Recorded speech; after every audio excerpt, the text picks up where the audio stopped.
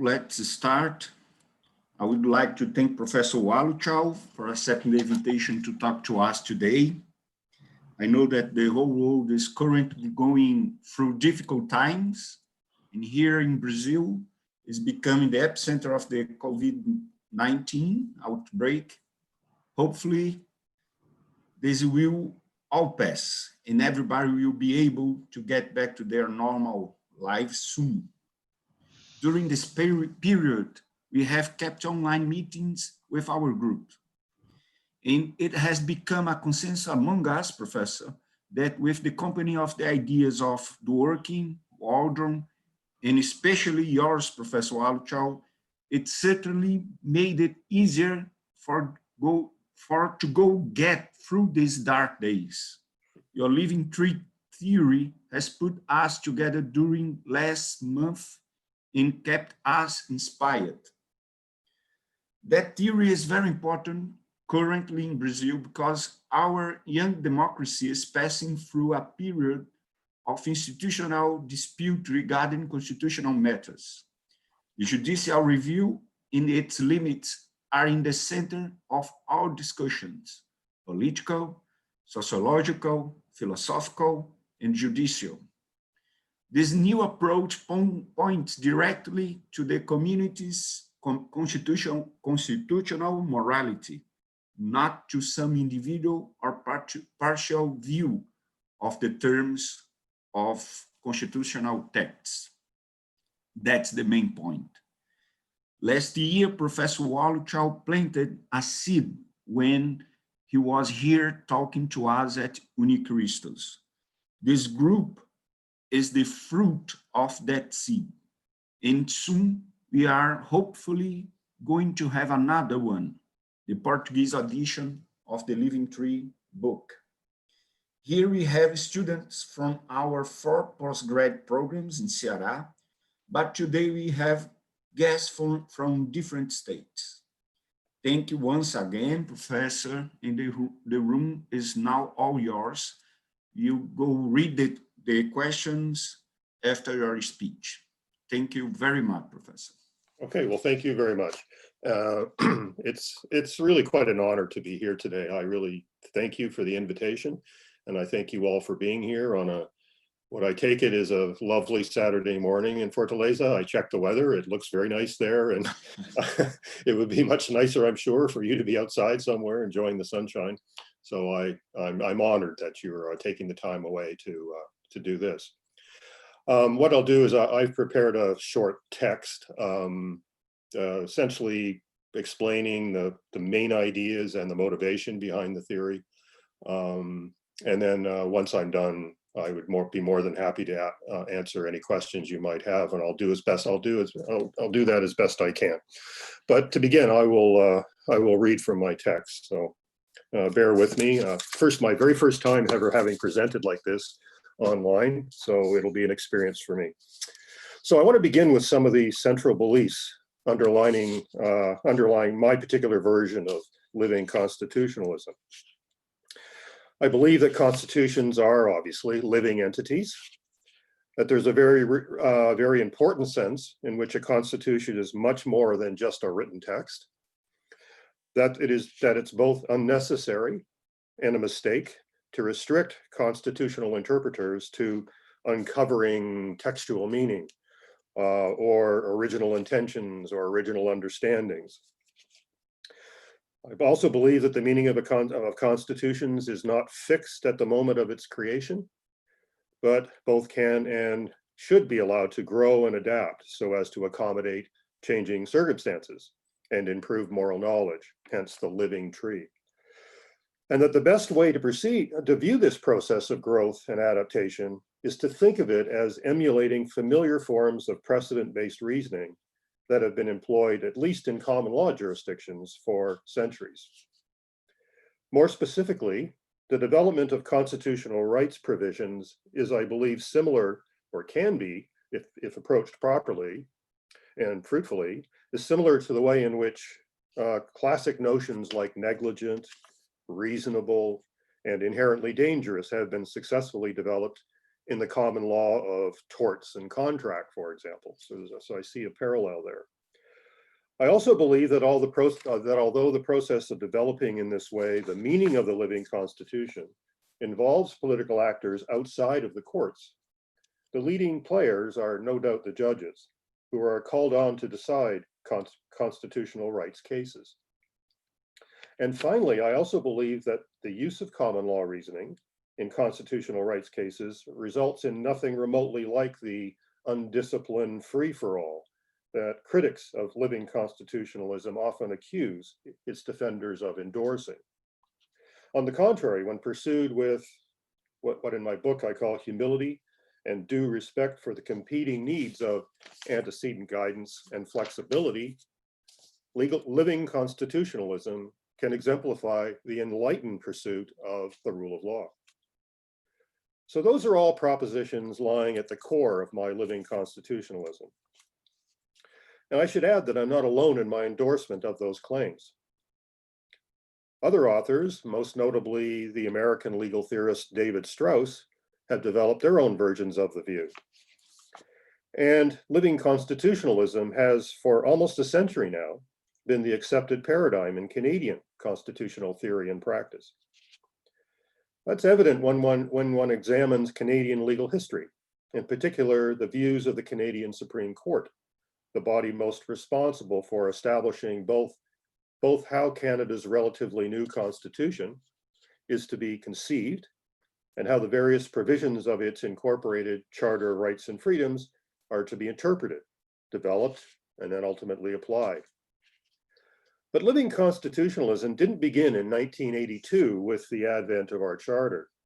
The theory took root in Canada in the early part of the 20th century, in Edwards, a landmark case now commonly referred to as the Persons case.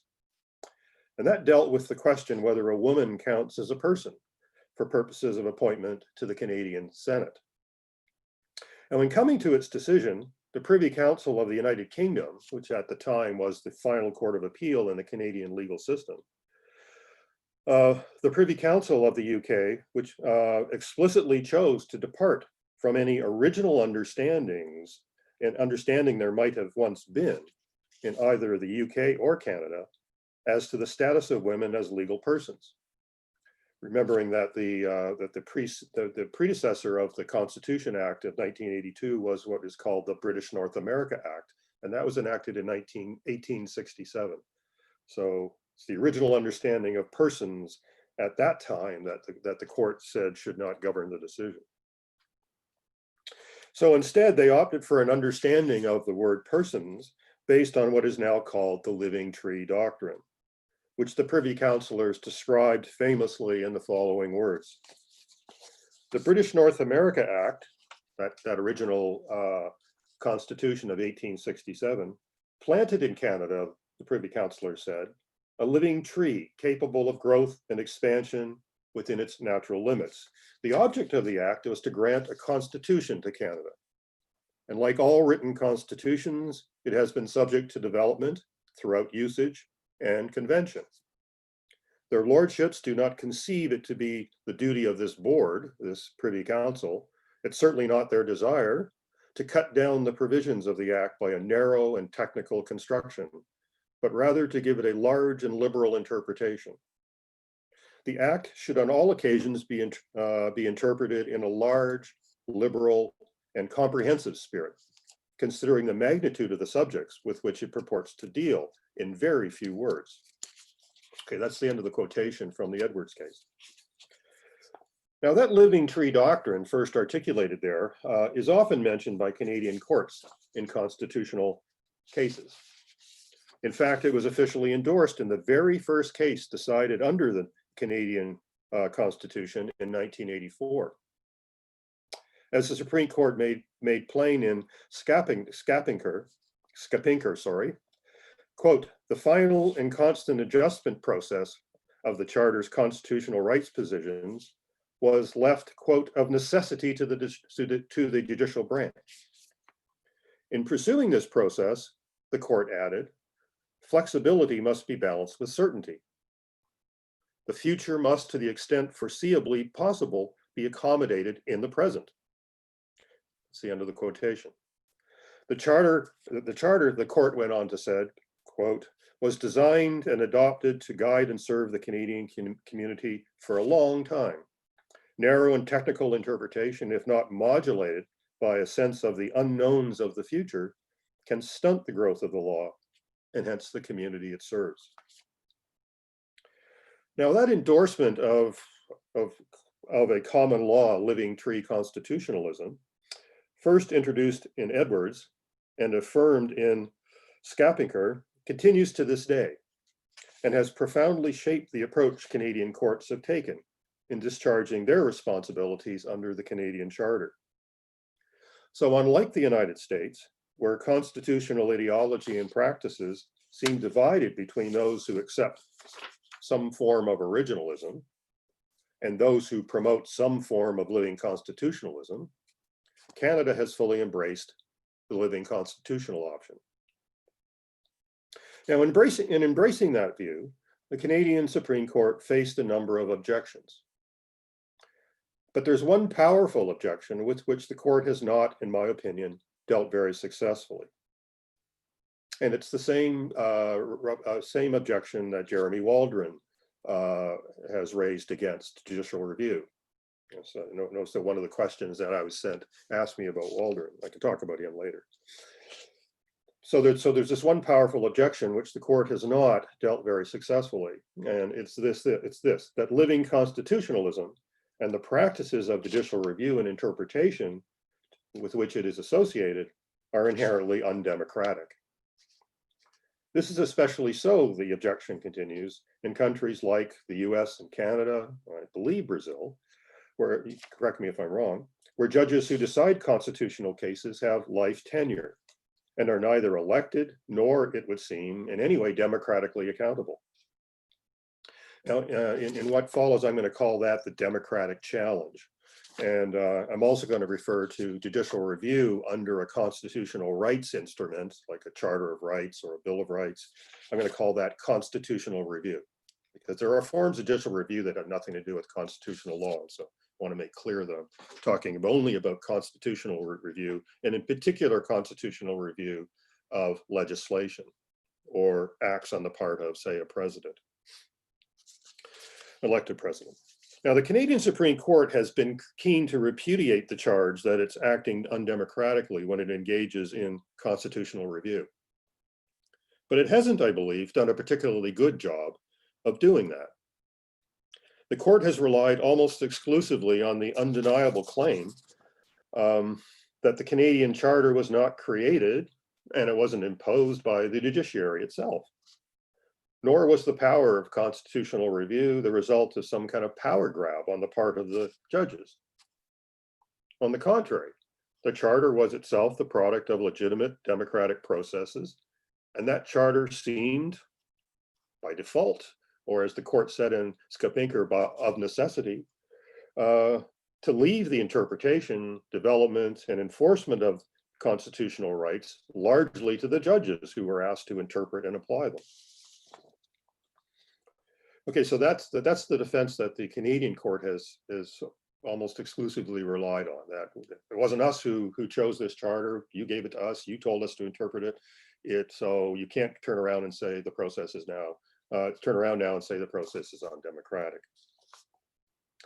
Now, this defense against the democratic challenge has left North American opponents of living constitutionalism quite unsatisfied, and it's not hard to see why.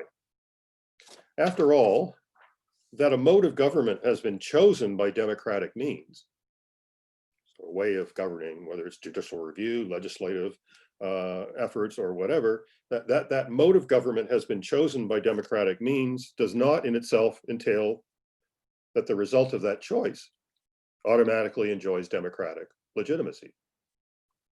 So had a society for some reason chosen through legitimate democratic means to submit itself to authoritarian one-man rule, the fact that this choice was made democratically to surrender to this autocrat would hardly be enough to defer democratic legitimacy on authoritarian government. And the same goes for constitutions and constitutional review. Okay, so the fact that it's chosen democratically doesn't mean that what's chosen is democratic automatically, or has democratic legitimacy. So that's one way you can respond. Others who take the democratic challenge seriously and who want to answer it pursue a very different approach. Their response is to say this: yes, there is something inherently undemocratic in having constitutional review under an entrenched living constitution. David Strauss, that legal theorist I mentioned, the American, he pretty much says that in his book. Then Strauss goes on to add this is just something we have to live with in a constitutional democracy. Democracy is not everything. We have no other choice if we are to secure the advantages associated with entrenched constitutional rights that are entrenched against interference by the elected bodies of government, and is usually used to respond to their particular efforts. Now, if neither of these two options is appealing, and I don't find them particularly appealing, I'd like to suggest that the constitutional review of the kind that I have developed is in fact compatible with democracy. That was the main motivation behind it. Now, if neither of those other two options is appealing, then we need to find a third way of responding to the democratic challenge. So how might one proceed? Well, there are lots of different steps you could take at this point. The most obvious is to say this: you begin by pointing out that living constitutionalism doesn't have to be combined with the very strong form of constitutional review one sees in the United States.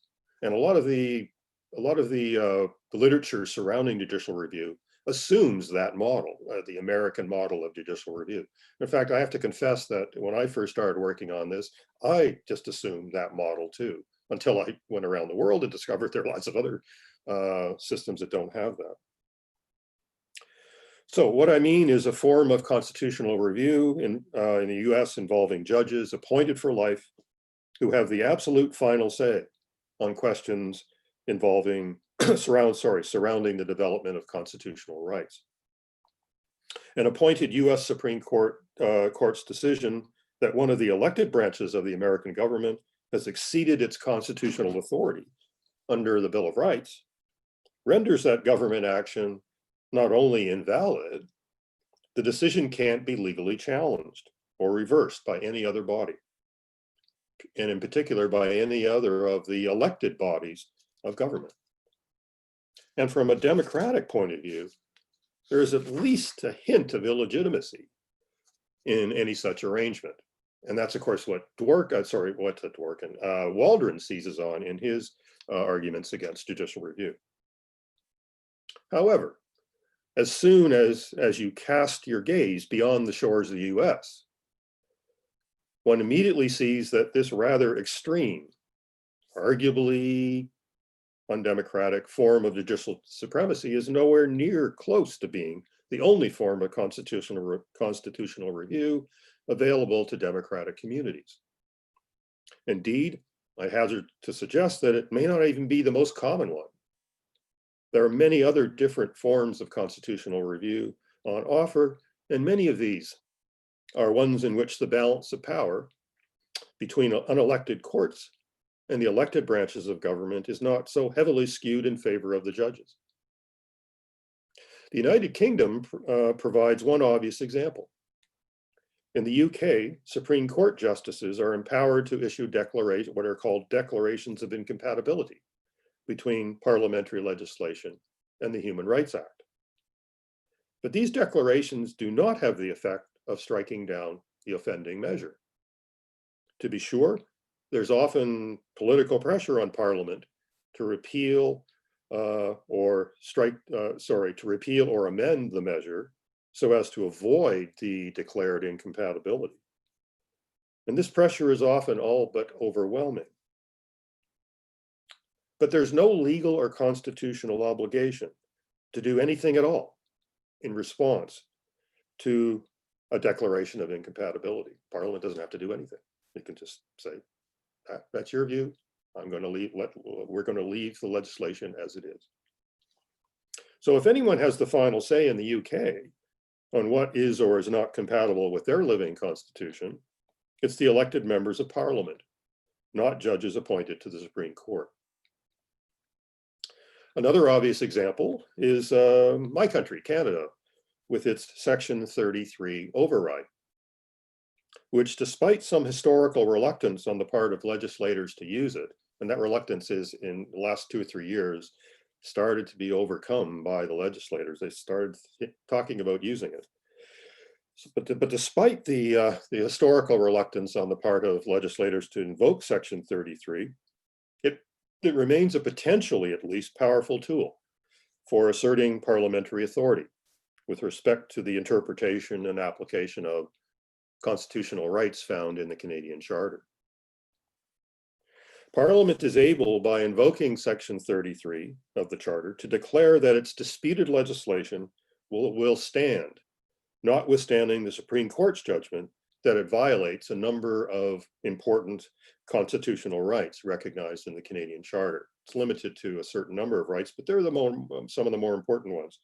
Things like the rights to equality, right to free expression, and the right to due process. These are all subject to this Section 33 override. Both these examples, Canada and the UK, show that there are clearly forms of constitutional review that provide the elected legislature, not the courts, with the final say on the development of the living constitution. So it doesn't have to be the judges who are primarily responsible here. And in these cases, where Parliament, in this instance, has quite a bit of say at least potentially, and theoretically, has a lot of say in what that constitution should be taken to mean with respect to compatibility with legislation.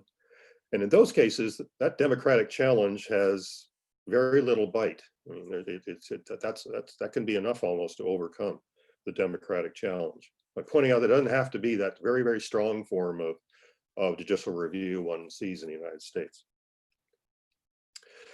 But leaving these rather obvious points aside, I suggest that there are plenty of other resources within living constitutionalism for answering the democratic challenge. That is, plenty of resources to explain why living constitutionalism, combined with some form of constitutional review, maybe one of the ones such as we find in Canada, the UK, maybe even the United States one, need not conflict with the fundamental principles of morality, of democracy, contrary to what Waldron suggests.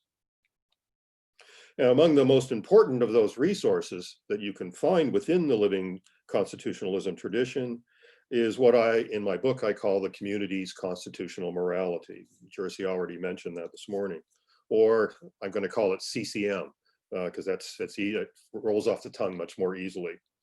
And because, by the way, CCM is the name of a company that for years and years and years when I was growing up was the principal manufacturer of hockey sticks. So it's important that a Canadian invoke hockey in describing his theory. Okay, so what is CCM? Well, it's a type of morality that combines both what Hart called positive morality, what the legal positivist called positive morality, and what Hart called critical morality, which is a morality that is not tied to the actual beliefs of the community, but actually is, the resources that one can utilize to criticize that. And it invokes what we might call principles of true morality. So my CCM combines both. At least that's what I'd like it to do. And what I'm going to do is use the rest of my time here with you today to sketch the essential elements of CCM and show how I tried to use it to answer the democratic challenge.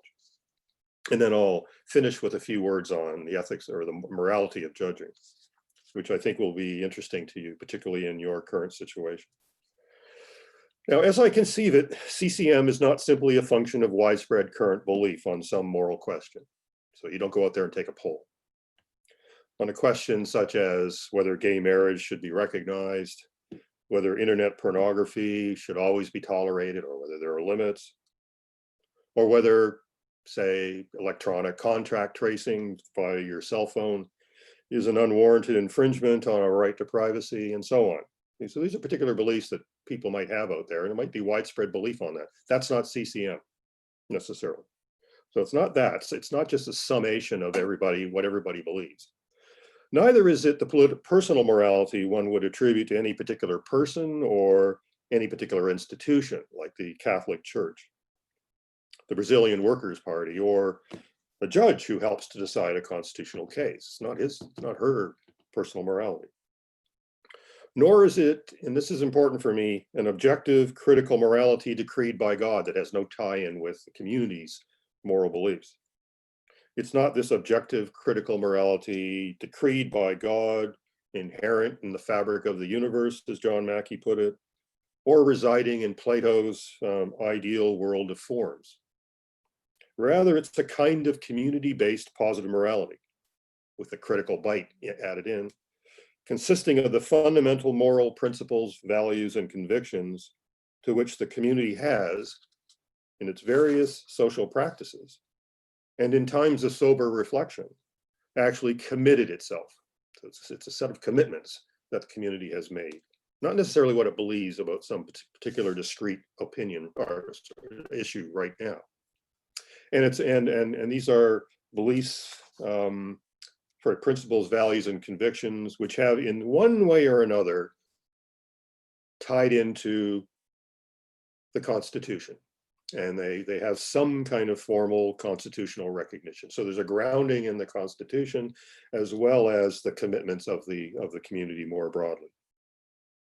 So you can think of it as the political morality actually embedded in a community's settled constitutional practices, in much the same way as you might say principles and judgments of corrective justice are embedded in the tort law of Anglo-American legal systems. At least some legal scholars argue that. Or the way in which various retributivist principles are embedded in their penal practices. So you can think of them as the principles that are embedded in our constitutional practices. Now, so construed, CCM is different from the wider set of moral norms and convictions that enjoy some measure of support within the community, however you identify that. It's a subset, if you like, of the wider a morality you could attribute to a community. Because some of the norms that you could attribute to a community don't have a connection with constitutional law. So even if there are within reflective, stable moralities of many contemporary Western societies, norms and beliefs and convictions governing non-political matters like how to be a good friend, the conditions under which gratitude is owing, the norms governing marital relations, fidelity, say, norms governing charitable giving, and so on. These are not, at least normally, part of a CCM of a society. And that's because they don't tie in any way with the rights found in constitutional practice, or the rights recognized in constitutional practice. But distinct as between different communities, different norms and convictions concerning equality, fundamental justice, on the other hand, are characteristic elements of the CCMs of most communities.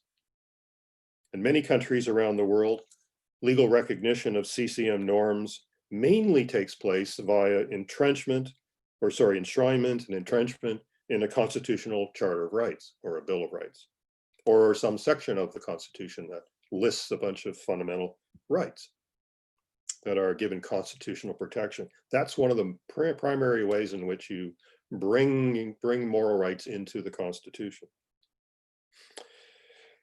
And it also consists, and this is important for my purposes, because I think that these rights that are incorporated into a constitutional charter are developed as cases are decided in accordance with common law reasoning. So legal recognition of CCM norms mainly takes place through enshrinement in that constitutional charter of rights and in the legislative history and jurisprudence that combine to flesh out the concrete understandings of those rights for that particular community that has adopted that particular charter and has that particular history of interpretation and application and understanding of what those rights entail. Okay, so that's roughly how I conceived of CCM. It's a community-based morality that it has a critical bite to it, as I can talk about that later. It isn't just what everybody believes. You can actually discover new commitments in CCM if you engage in a kind of critical thinking about your CCM. But it's with that, but it is nevertheless tied to the community's practices. Now, with that conception of constitutional morality in hand, I then set out to defend constitutional review against the democratic challenge. So that's how it ties in with what I was talking about earlier.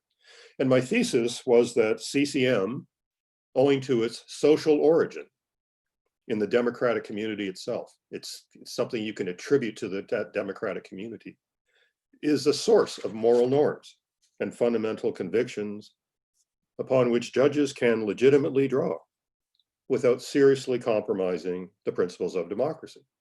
Because after all, they're drawing on principles and norms that you can attribute to that democratic community. It's theirs, right?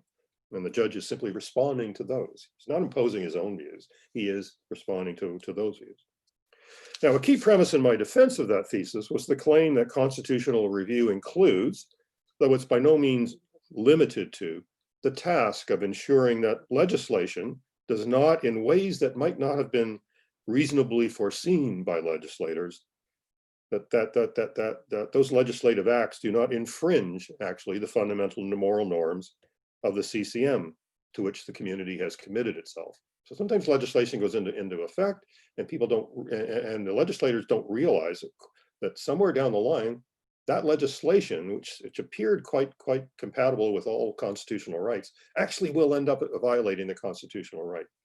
They couldn't have anticipated that before, because circumstances that life throws our way are so variable and unpredictable that we can't predict the implications of all our commitments into the future. If that's the role a judge plays in a particular instance of constitutional review, if that's what she's doing, then democratic legitimacy, I think, need not be compromised. The judge will, in effect, be helping to implement and render effective the democratic will, not hinder it. It's simply facilitating the community's continued commitment to its deeper moral commitments as enshrined in their constitutional practices. Constitutional practices to have a kind of priority over other acts of government. Furthermore, it will also be possible to answer many of the other common concerns surrounding constitutional review. One often hears these. For example, one can address the objection that constitutional review foolishly requires us to view judges as philosopher kings and queens. Somehow they have a pipeline to moral truth that the rest of us don't, and that the legislators don't, that they have a superior moral knowledge. You don't have to, you can address that quite easily. Because they're not asked to discover Platonic moral truth regarding matters of justice and equality, and to enforce their understanding of that moral truth against the acts and erroneous interpretations of a more fallible, democratically elected body of officials, say legislators. Now, given the reasonable moral pluralism one finds in all modern constitutional democracies, coupled with the fact that they're human beings like everybody else and have limitations just like everybody else, expecting that judges perform that kind of task, discovering what the moral truth is about these constitutional rights, and then holding legislators accountable against for failure to abide by those true moral principles that the judges have somehow discovered, that would be to ask them to achieve the impossible.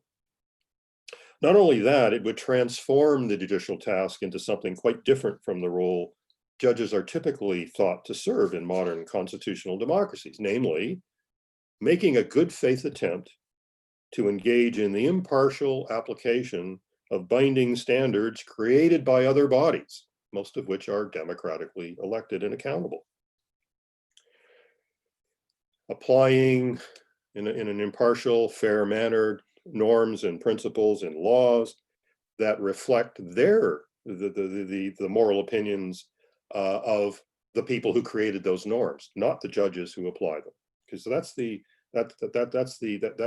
picture that one is able to escape here. On the view that I've been defending, judges would be asked to decide on the basis of what, if we were, sorry, let me back up here. I got lost in my thinking here. If we were to ask judges to discover moral truth and then use that in interpreting and applying our constitutional rights provisions, then given reasonable moral pluralism, the fact that they're no more able than we are to engage in the moral reasoning required to understand that moral truth, they would end up deciding on the basis of their very own they would end up deciding on the basis of their own controversial moral views about what moral truth is. And despite the high regard in which most democratic communities hold their judges, at least they do in Canada, such a practice simply can't be tolerated in a healthy constitutional democracy. So I wanted to avoid the idea that judges are somehow able to track the moral truth better than the rest of us, and that we had better just allow them to make the decisions for us. That's a view that actually Waldron seems to attribute to those who defend judicial review, and my aim was to try to sidetrack that by saying, no, they should be applying CCM, not Platonic moral truth. So if I'm right that judges are not trying to discover and apply Platonic moral truth about fundamental rights, but are instead seeking to hold the democratic community to its own constitutionally grounded moral commitments on these matters, then I think the sting of the democratic challenge is largely avoided. Judges are not being asked to decide on the basis of their own best judgments concerning the demands of moral truth. So they're not being asked, okay, you decide what the moral truth is, and then you decide accordingly. That's not what they're being asked to do on the view I defend. On the contrary, they're being asked to decide on the basis of their best judgments as to the democratic community's best judgments concerning the demands of moral truth. All right, it's going to be controversial. They're going to have to use some judgment in trying to decide what the commitments of the community happen to be. But that's different from using your own judgment about what the moral truth is. Right? It's one thing to decide to use judgment in discerning what a group believes and is committed to. That's different from yourself trying to determine what the truth is on the matter in question. So, if I'm right there, then judges can be said when they decide constitutional rights cases to be doing nothing more contentious than doing their best to apply in a fair, impartial manner norms and judgments that originate from an entirely legitimate source, namely the community's own constitutionally entrenched fundamental moral commitments. Now, it's true, of course, that the final decisions made on the basis of CCM norms are quite often highly controversial. It's probably also true that a CCM does not always provide uniquely correct solutions to all questions raised in constitutional review cases. There was another question that was sent to me that asked me about that. In other words, there may be no uniquely correct judgment to which the community has already committed itself in its prior acts and decisions, and which the court can attempt to discover and apply. When that occurs, we have no viable option, I think, but to call on the discretionary judgments of the judges to answer the relevant moral questions on our behalf. In such cases, they'll be called on to construct or develop creatively the norms of CCM, norms that they then set about applying to cases on which they are called to sit in moral judgment. In other words, in these cases, they will be forced to engage in the discretionary creation of norms, not their application. Now that concession that I have, it took me a long time to get to that point. I struggled like hell to find, that the resources in which, and I think this is generally the case, that you can find resources within the existing CCM to answer most questions. But I kept getting pressed on this among by people like Noel and Fabio, my Brazilian colleagues. That's, well, there are going to be times when there really is no answer here. You can utilize all the resources you want, and you're going to have to decide. The judge is going to have to exercise discretion. I came to accept that, but I still think I can save the theory. And some of my later work here, after the book, has been dedicated to justifying that new belief on my part. Okay, so this concession that I'm making, that some judgments under CCM will almost invariably turn out to be discretionary, gives rise again to the democratic challenge. And at this stage, our best bet may be to require that judges, as best they can, base their discretionary choices on what the philosopher John Rawls called public reasons. That was one of my initial steps at trying to answer this, that as long as judges appeal to public reasons, we can deflate the democratic challenge to a considerable extent.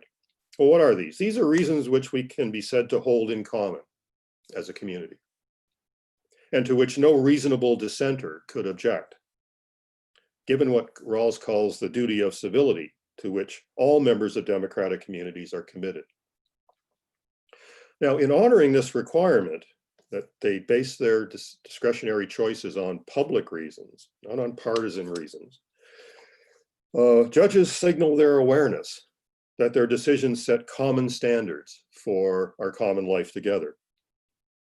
It reminds them that in the face of reasonable pluralism and uncertainty and the need for common standards to guide our behavior, it's important that they, the judges, base their decisions on reasons each of us can at least recognize as an acceptable common basis for establishing a common standard of belief, or sorry, a common standard of behavior for all of us.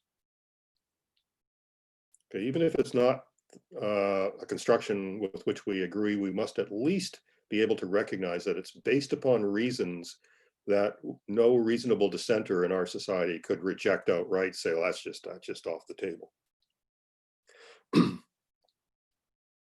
Now, in each case, the reasons drawn upon will not always be ones each one of us will find particularly compelling or persuasive. We might prefer a different set of reasons. They should nevertheless be reasons we can all at least recognize as acceptable under the conditions of uncertainty and reasonable disagreement among ourselves. Now, the requirement that judges appeal in this way to public reason invokes Rawls' idea of reciprocity and his idea of civility. And I'm going to read you a short quotation from Rawls that summarizes nicely the thought that I'm trying to utilize here. Rawls says, "This ideal expresses a willingness to listen to what others have to say, and being ready to accept reasonable accommodations or alterations in one's own view. Public reason further asks of us that the balance of the values we hold to be reasonable in a particular case is a balance we sincerely think can be seen to be reasonable by others. Or failing this, we think the balance can be seen as at least not unreasonable in this sense, that those who oppose it and the decision that we make on the basis of it can nevertheless understand how reasonable persons could affirm it. We can understand how the person who is doing her best to appeal to reasons we all share in common might come to this particular resolution. This, Rawls says, preserves the ties of civic friendship and is consistent with the duty of civility. On some questions, this may be the best we can have." Right. So that's the end of the Rawls quotation. That's from his book, Political Liberalism. Okay, so to summarize a little here, judges in legitimate constitutional democracies should base their discretionary decisions on reasons that their fellow citizens can accept as a reasonable basis for decisions establishing common standards. Now, what does this do? Well, it excludes reliance on reasons that are deeply tied to comprehensive ideologies and doctrines not all of us share. And that would be labeled by some of us as unreasonable or maybe even fanatical. Now, in Rawls's view, that excludes reliance on religious reasons. That the Bible says so is not a reason. That my religious leader says this, that's not a reason. It's part of you can find it in the Bible, that's not a reason. So it excludes reliance on religious reasons and reasons stemming from highly controversial moral and political ideologies that are peculiar to particular persons. Not everybody accepts these things. So you can think of, say, radical libertarianism as one example here. To be sure, the surviving reasons are not necessarily ones everyone would prefer to be used in settling this case, nor are they reasons which every reasonable person in such circumstances would consider particularly strong or worthy of support, except for the fact of reasonable pluralism and the need to come to some sort of mutually acceptable compromise and basis for decision in a constitutional rights case. But they are reasons, as Rawls would have it, that such persons would all judge to be at the very least not unreasonable. Again, in the sense that those who oppose them can at least understand how reasonable persons could affirm them in justifying an exercise of public power in the circumstances of reasonable pluralism, uncertainty, and the need to come to some resolution. Now, one who worried about a judge's discretionary development of the relevant constitutional right on this basis, say judges who take this very seriously and attempt as best they can to adhere to this standard, I think they could no more reasonably object to the decision made than they could object to a decision properly made by way of a duly constituted democratic majoritarian decision procedure, with which that person profoundly disagrees. So you might have something enacted by a legislature which you say that is just wrong. Right? The reasons that they invoked are all completely wrong. Nevertheless, we think it's consistent with democracy and with our autonomy under democratic regimes to assent to that particular exercise of the power of decision. I think the same applies if judges under the conditions of uncertainty and reasonable pluralism and the need to make a decision with which we disagree. In both cases, the dissenter might prefer that a different decision had been made. Indeed, he might profoundly disagree with it on moral grounds and view it as just obviously wrong. Why? How did they come to this?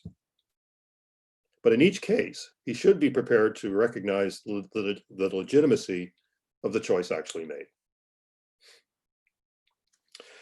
So requiring that a judge always make a good faith effort to base her discretionary developments of CCM norms squarely on some acceptable collection of public reasons permits, I think, each citizen to take ownership of that development, to see it as the product of a process of decision which appeals to democratically legitimate inputs, because we're relying on reasons that we can all view as acceptable. Such a decision need not be viewed as an alien force, somehow compelling a dissenting citizen to act independently of her will or in defiance of democratic legitimacy. Rather, it should be viewed by each and every member of a democratic community as an exercise of public power to which she can, so to speak, sign on. So, all right, I can accept this. Now, to repeat, this is not to say that everyone will always agree on the decision made, nor will they always agree with the reasons on which the judges rely in coming to their decisions. But insofar as, and to the extent that the development is based on a good faith attempt to strike a reasonable balance of the relevant public reasons, and given that this step is taken only as a last resort in an effort to establish a common standard, all the other resources of CCM have been exhausted here. It's one which all reasonable citizens in a constitutional democracy, I think, can, as Rawls put it, accept as good enough. That's the best we can do. Okay, so that's a bit of an expansion on what you got in the book, or it's an additional step. Now, if my arguments here have been sound, then the democratic challenge can, I think, be met. And this is the case even in systems where judges are appointed, not elected, and perhaps even when they have the final say on the meaning of and implications of constitutional rights. It might even apply in the US system if judges did in fact pursue this particular strategy. I'd like to close with a few thoughts on the implications of the theory for the moral responsibilities of judges. Okay, this is a topic that I find really intriguing. The moral responsibilities of judges, particularly in cases where society is teetering on the edge of illegitimacy, democratic illegitimacy, which is clearly the case in the United States, it seems to me, and may well be true, unfortunately, in Brazil. Yeah. What if a community and this is, I think, another question that was sent to me brings this up as well. What if a community's CCM veers off in a way that conflicts seriously with a judge's own sense of justice? All right, I've said that judges should base their decisions on the CCM, but what if the CCM veers off to such an extent that the judge simply says, that can't be right. I mean, I can't, as a responsible, autonomous moral agent, decide in accordance with this particular morality. What if the pernicious forces at play in many modern democracies?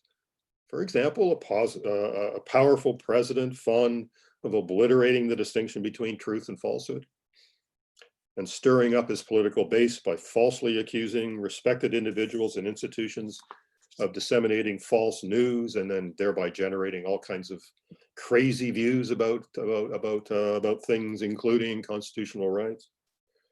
What if forces such as these lead to developments in the law and its underlying CCM that no morally responsible judge could accept? In other words, what if a judge's normally overriding duty to decide in accordance with her community's CCM commitments? This is the overriding duty in what I'll call a healthy democracy.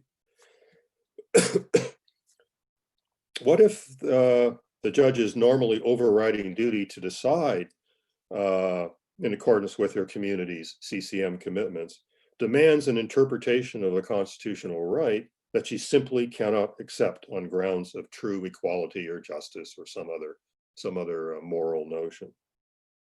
If any such case arises, in many such case, the question arises, whether the judge's normally decisive moral obligation to defer to the fundamental norms and convictions of her community are actually overridden or defeated by a competing obligation to pursue justice, as we might put it, in spite of the law and in spite of the underlying CCM. In my view, deciding in defiance of CCM may be the only morally responsible choice open to a judge in some cases. May be the only morally responsible choice open to a judge who, despite assuming the duties of her office and the responsibilities that are attached to that, applying the law, applying the CCM, not your own views of justice, who, despite assuming the duties of her office, can never abdicate her responsibilities as a moral agent. Judges are fundamentally, like the rest of us, moral agents, and they have to take ownership of the decisions that they make, even within the context of acting professionally. Same as doctors, same as soldiers, same as accountants. Anybody who takes on a role and has associated obligations may be faced with this kind of dilemma. So deciding in defiance of CCM norms may be the only morally responsible choice open to a judge who, despite assuming that those duties of office, can never abdicate her responsibilities as a moral agent. In other words, our judge may well be faced with a dilemma. Apply the norms generated by a system she has promised to serve, and which she presumably morally supports. On the whole, it's worthy of support. Or, on the other hand, decide in defiance of that promise and those norms, thereby threatening the democratic legitimacy of her decisions. Pursuing that latter possibility may be the only real option open to a morally responsible judge. And it brings with it at least three further questions or options, choices to be made. She might, for example, choose an interpretation of the relevant norms that is more consistent with what she truly believes. She can, in other words, just decide, I'm not going to do what I think CCM requires. I'm going to do here because CCM is veered off so badly from any resemblance to moral truth. I'm going to do what I think is morally best. So offer an interpretation of the relevant norms that's more consistent with what she truly believes to be the case.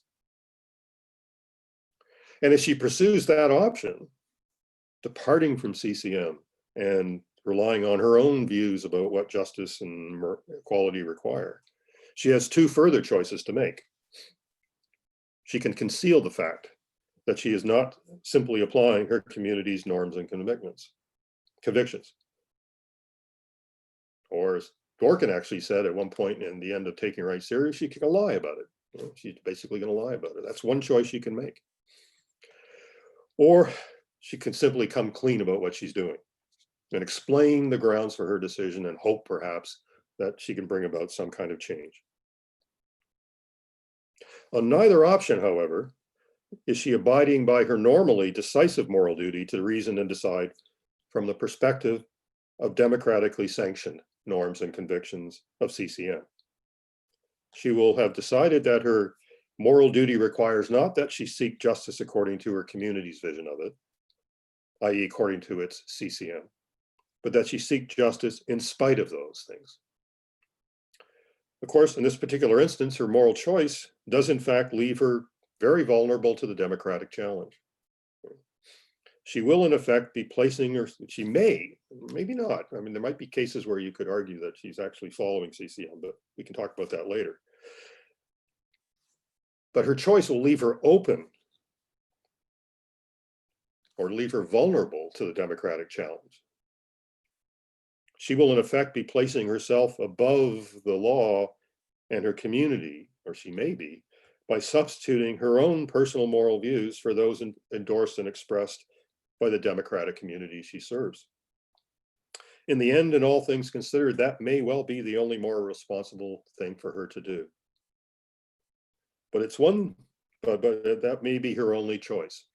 But it's one that we should not attempt to sugarcoat by denying that it raises a significant issue of democratic legitimacy. Okay, that's the end of my talk. That's gone, it goes a ways beyond what you read in the book. Thank you very much, Professor. I think what's great. Let's start a round of questions. I send it to you in advance, but the authors want to present them. Yeah, that sounds good. First one is the Emmanuel.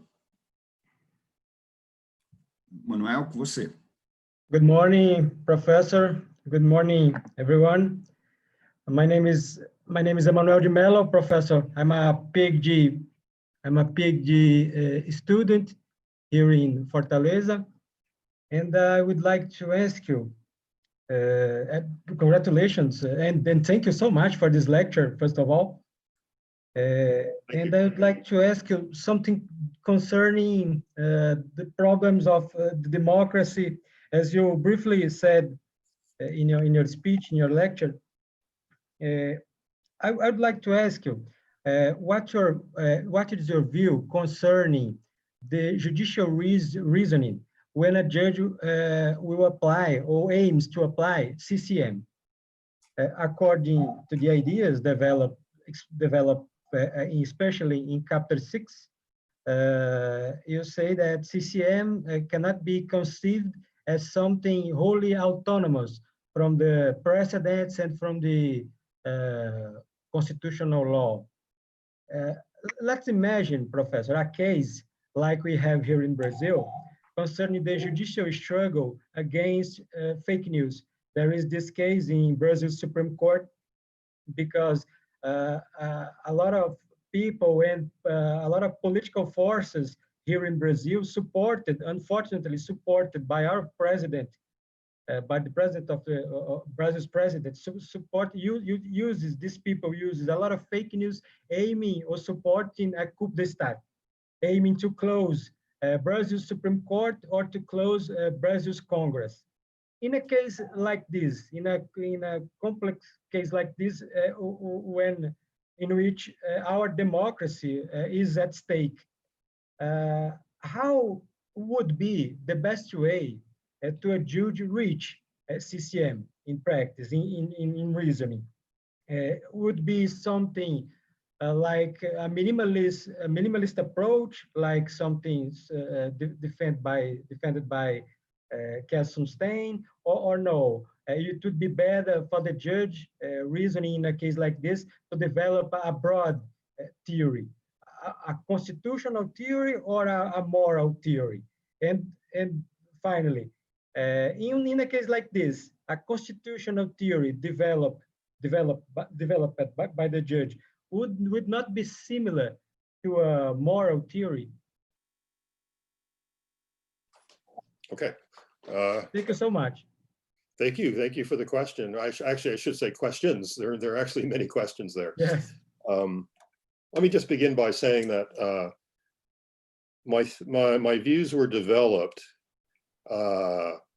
within the context of what I've been calling a healthy democracy, one where you don't have these kinds of issues coming up, and it was intended to suggest that, or suggest a vision of how constitutional review could be rendered democratically legitimate on the assumption that the actors within the system are all working in good faith, respecting each other's boundaries, and so on and so forth. That in such a context, judicial review of the kind that I've defended could be defended as not inconsistent with democracy.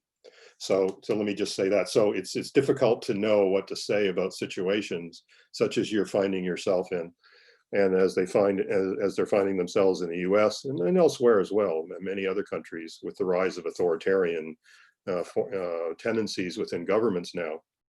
It's hard to know what role CCM could play here. I will say this. I think that it can nevertheless be extremely useful in the sense that drawing out carefully, as I tried to do, the distinction between what I call moral opinions in the book and considered judgments in reflective equilibrium that are more basic and that are long-standing on the other, and then claiming that CCM is more a function of the latter, not the moral opinions, and that they can be used to check moral opinions.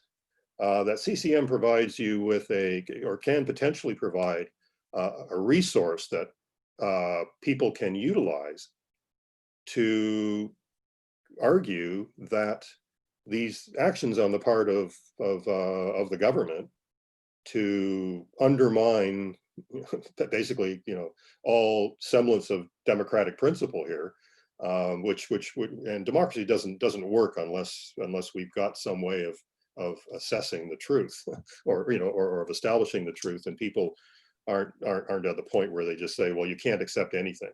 All right, it's all false news. Well, if we're at that point, then democracy, I don't know, there's no hope for it under any circumstances. So, but in any case, to the extent that people are able to distinguish good reasons from bad reasons and good arguments from bad arguments, that drawing on CCM and the traditions that it establishes, and the more considered judgments that you can point to as having been expressed in fundamental ways and in long-standing ways, in series of decisions that governments have made in the past, and so on. These are the commitments that we have made, and use those to argue against these steps by governments to usurp power and undermine the very basis of the commitments that the community has made, can, I think, be, that can be a powerful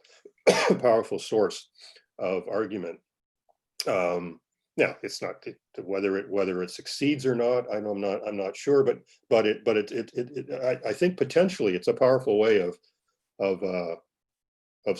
arguing against the government by saying, well, by not appealing to some controversial view about what democracy is, but saying, no, these are the commitments that our community is, are embedded in our constitutional practices, and which are not being honored here. And that has a much greater potential, I think, to succeed.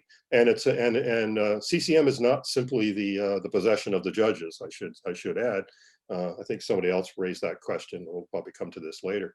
There's a reason why I call it CCM. It's a community's constitutional morality, right? So it's an expression of the commitments of the community. The judges play a significant role in trying to piece together those commitments and rationalize, the wealth of decisions that have been made into something coherent that we can say, well, all these decisions stand for these commitments. So the judges play a key role, but ultimately it's the community's possession, and the community has its own role in establishing what those commitments are. And in the kind of situation you're describing, maybe the community is actually the people like you who could make these arguments, would have a better chance of success than if the judges, who will be seen as being self-serving on the part by some people, make these arguments. Now, is it a moral theory? I think you asked that at the end. Yeah, it's a morality that you can ascribe to a community. So in that sense, it is a morality, but it's not identical to, as I said, moral theory in the sense in which you study it in a philosophy class, where you're looking at the moral theory of Kant and Plato and John Stuart Mill and so on. And these are all kind of attempts to theorize moral truth in the abstract. That's not what this is at all. It's as I say, it's a community-based morality that you can ascribe to a community. So it's their commitments and their beliefs and norms and values and so on. And constitutional cases sometimes require judges to point out that this particular step that the government has taken is not really consistent with the other commitments in the CCM.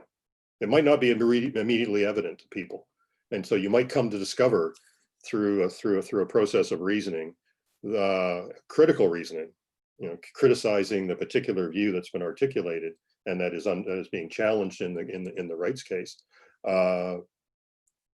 claiming that is wrong, right? Even if it's the case that a lot of people believe it, right? You nevertheless have the resource to say that is inconsistent with the deeper commitments that we have as a community, the moral commitments that we have as a community. Appealing to that is different from saying, well, that's wrong because here's my moral reasons for thinking that it's wrong. I'm a Kantian, and Kant's argument shows why that's wrong. That's not the way to argue. So it's not a moral theory in that sense, but it is an attempt to uncover a morality attributable to somebody and to take some steps toward rendering it consistent, rendering the decision that the government has purported to or has attempted to take, making it consistent with those further moral commitments. Hope that answers your question. Yes, thank you. Okay. Thank you, Professor. The next two questions are from Bruno. Bruno's always good for a question. Hello, Professor. Hi, Bruno. First of all, I'd like to say that Professor Jureci on his opening statement said that you planted a seed here, and I'm really glad to say that I was directly affected by that seed. And your theory is actually the base of my research, which actually I wrote about dialogic judicial review in section 33, as you said today. And now my research shifted a little bit to morality and tried to find objective in this morality, this community morality of your theory. And therefore, I have two questions for you. My first one is, you have two different concepts regarding the true moral commitments and the moral opinions. In the sense that moral opinions can be misguided, for example, fake news. And you just said that morality on CCM is not the true morality, as in a philosophical sense, is the morality of the community. So my first question is, do you believe that we have some kind of tool, some objective tool to determine this morality? And my second question is, if moral opinions are in a way, they can be misguided, do you believe that over time, a misguided moral opinion can can end up changing the true moral commitment of a community? So these are my two questions. Okay, I'll start with the last one. A mere moral opinion that is misguided, so to speak, and I think that was the word you used, can be misguided for a number of reasons, but I'll center on two. First is it could be based on flat out, empirically discernible falsehood, right? So could be based upon some crazy view about distinctions between the races, or the effects of, say, gay marriage on the family, or so. Or in the case of Canada, over the last 20 years, you may have similar arguments going on in Brazil. The effects of the law sanctioning physician-assisted suicide or medically assisted death, right? The initial reluctance on the part of the Canadian Supreme Court to accept such assisted death was based upon factual claims that were later shown to be false. That there's no way to establish proper safeguards, for example, that there's no way to cabin the right in such a way as to avoid leaving certain people vulnerable to abuse and so on. It was shown that, in fact, if you look to certain European jurisdictions, there are ways of restricting the right to medically assisted death in ways that protect the vulnerable. So that's an example of the kind of thing I have in mind. So you could have a moral opinion that is based upon demonstrably false empirical beliefs, and if that's the case, and the belief persists, then I think, offhand, I would think that a court is always free to dispute the basis of the opinion on those grounds. And quite often, moral views that are wrong are often based upon demonstrably false empirical claims that may take time to uncover. But quite often disputes are of that kind. If you peel away all the rhetoric and so on, and you come back to some base and you go, well, geez, you really think that's true, and then you show the evidence, and maybe it'll change someone's mind, maybe not. So that's one way. The other way in which you could have, the way I use mere moral opinion is a well, there are two elements. The first off is an opinion that has not been subject to critical reflection. It's just something that people instinctively hold, or it represents their reaction to something. Well, I don't like gays, gay relationships or something like that. You just have this uncritical, somehow it's unnatural or something like that, without really thinking it through. or that, you know, tracking apps on your phone for COVID tracking, that's just a violation of my privacy. So people will have those initial reactions and they say, well, that violates my moral right to privacy. And quite often that's just a knee-jerk reaction to a situation that upon further reflection, and one hopes a person might come around to saying, well, no, it's a little more complicated than that. There may be ways of finessing it and so on. So that in fact, it isn't a violation of my right to privacy, properly understood. So that's one thing I mean by a mere moral opinion. And quite often those mere moral opinions, one way of challenging them is to show that they are in fact inconsistent with certain other beliefs that you have or that you can attribute to the community. If we're talking about CCM, say, well, this just is not, despite your initial reaction, this does not in fact square with other principles and judgments that we have shown a willingness to accept in our constitutional practices and legal practices, and show that it's actually it's a recalcitrant belief. It can't be rendered consistent with these other things, but that's something that is often discoverable only through reflection on the particularities of a case and so on. So that will enable you to peel off and discard certain moral opinions as I think I use in the book, inauthentic. They don't express our authentic commitments. So given that, you can see how if it is a question of moral perspective and not, say, the factual discrediting of the view, but there really is a shift in people's moral views, that it isn't just attributable to false empirical beliefs, that you could see over time what began as a recalcitrant moral view. It didn't square with our understanding in previous cases. That could actually come to shift our understanding of what the relevant constitutional rights require over time. Over time, you can have that kind of shift, and then what was once considered, to say by the courts, as unacceptable because it's inconsistent with the CCM as we've had it over the years, comes now to be accepted as a basis for changing the perspective we had in the past.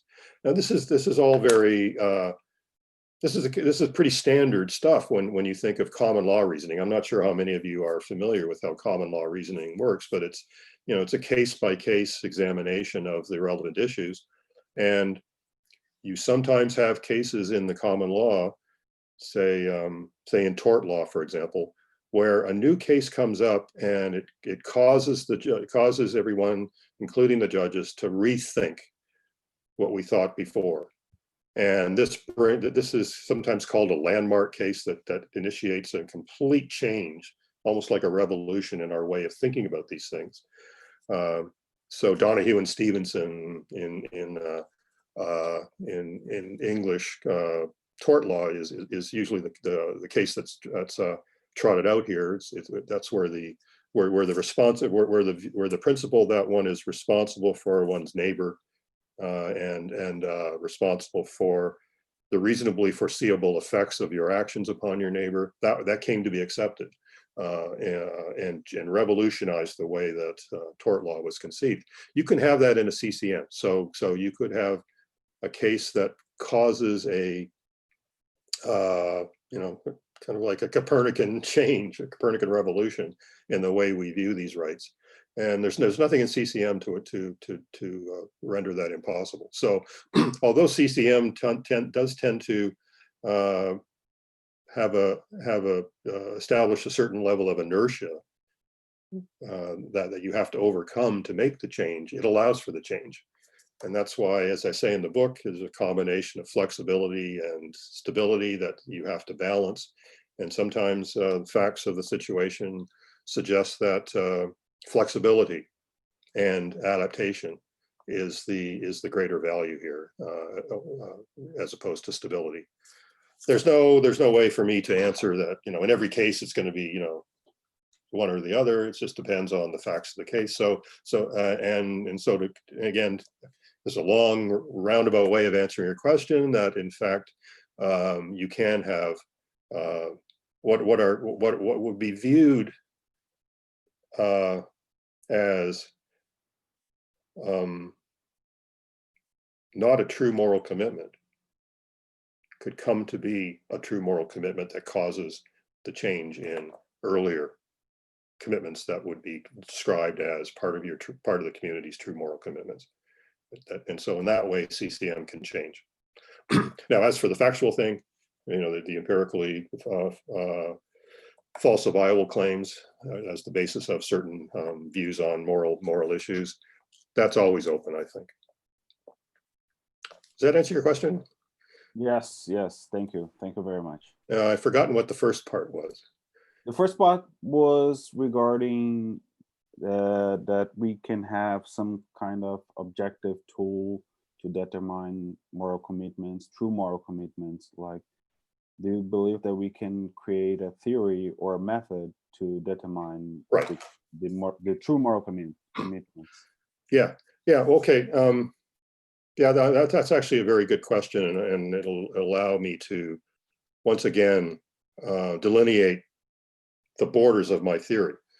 Right, my theory is essentially a theory about judges and about how they should decide constitutional review cases.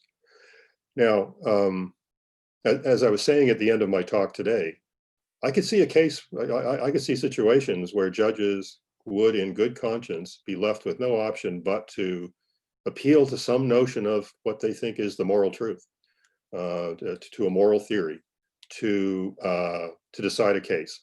As I say, they can either lie that that's what they're doing, or they can come clean and just explain why they did what they did, with all the practical consequences that would be involved there. So even judges, I think, can in some cases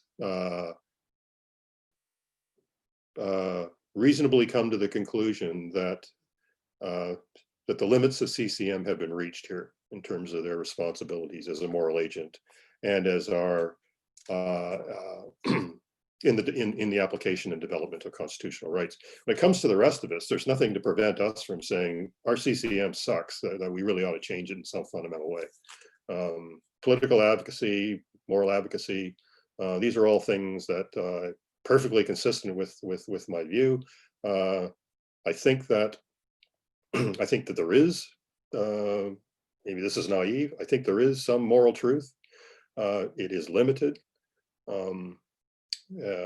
Quite often there are, and this is partly what a CCM does for a community. Say the principles of equality, right? There's so many different understandings of those principles in practice that and there are options that one can pursue within the parameters of a valid principle or valid principles of equality. One community could decide that equality means for them X. Another community could decide that for them equality means Y, and both be okay. Right? I think morality is to a significant extent underdetermined. It's a philosophical term that's used to describe situations where it only gets you so far, and then you have to make choices within the boundaries. This is a view that goes all the way back to philosophers like Aquinas, and that Joseph Raz in modern times has made a great deal of. That it's important that your decisions be consistent with reason, even if reason doesn't tell you exactly what to do in all instances. That it gives you choices, it gives you options. There's a boundary within which you can make certain choices. I think a CCM is partly the result of choices by a community within those boundaries of the acceptable.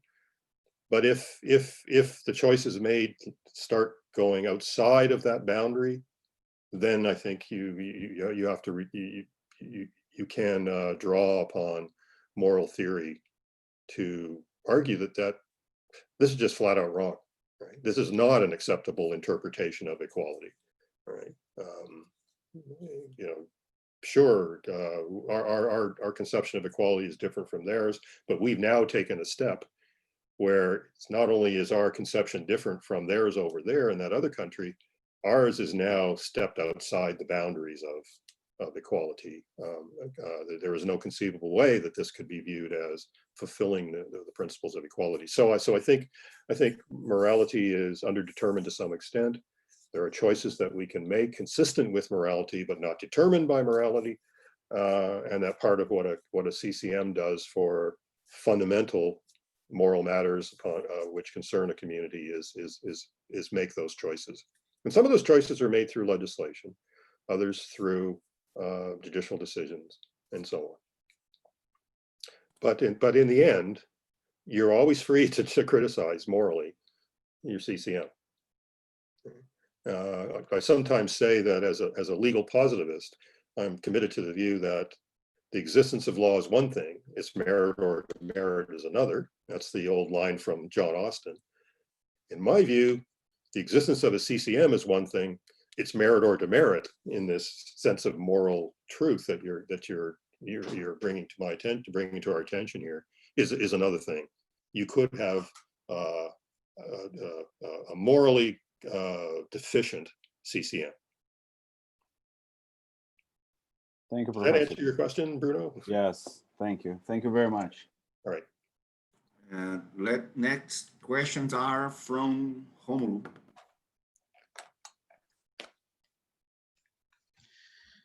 Good morning, Professor. Can you hear me? Yes, I can. Thank you very much for your time in the explanation. I have 3 questions. The first is, how apply the living tree theory in system of strong judicial review, where judges have power to strike down a particular legal statute? Second, Dworkin argued the best interpretation of a constitution should both fit and justify the legal materials. What is the best interpretation of a constitution in a living tree theory? Finally, in the core of the case, Waldron argues that the most fundamental commitment of a democracy is the imperative that one be treated as an equal so far as society decision-making is concerned. Does Waldron case against judicial review change the living tree theory? Thanks. Thank you. I'm going to answer your third question first. My theory was essentially inspired by reading and studying Waldron in a graduate course that I taught, and it's an attempt to answer that particular question, but or that democratic, essentially the democratic challenge, what I call the democratic challenge. So I guess my answer is I think my theory succeeds in answering the objection that Waldron raises. Now, I might also add this. I ended up reading this today, but my first choice of presenting you with a paper was in fact going to be more directly related to this particular point that I'm going to make now. Waldron gets a lot of rhetorical advantage by talking about this equal participation in the democratic choice of norms to governing our society.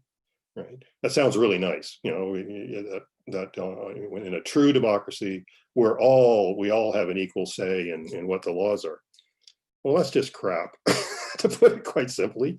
We don't vote for laws. I mean, we elect people who then choose our laws, right? And quite often they're laws that we don't particularly like.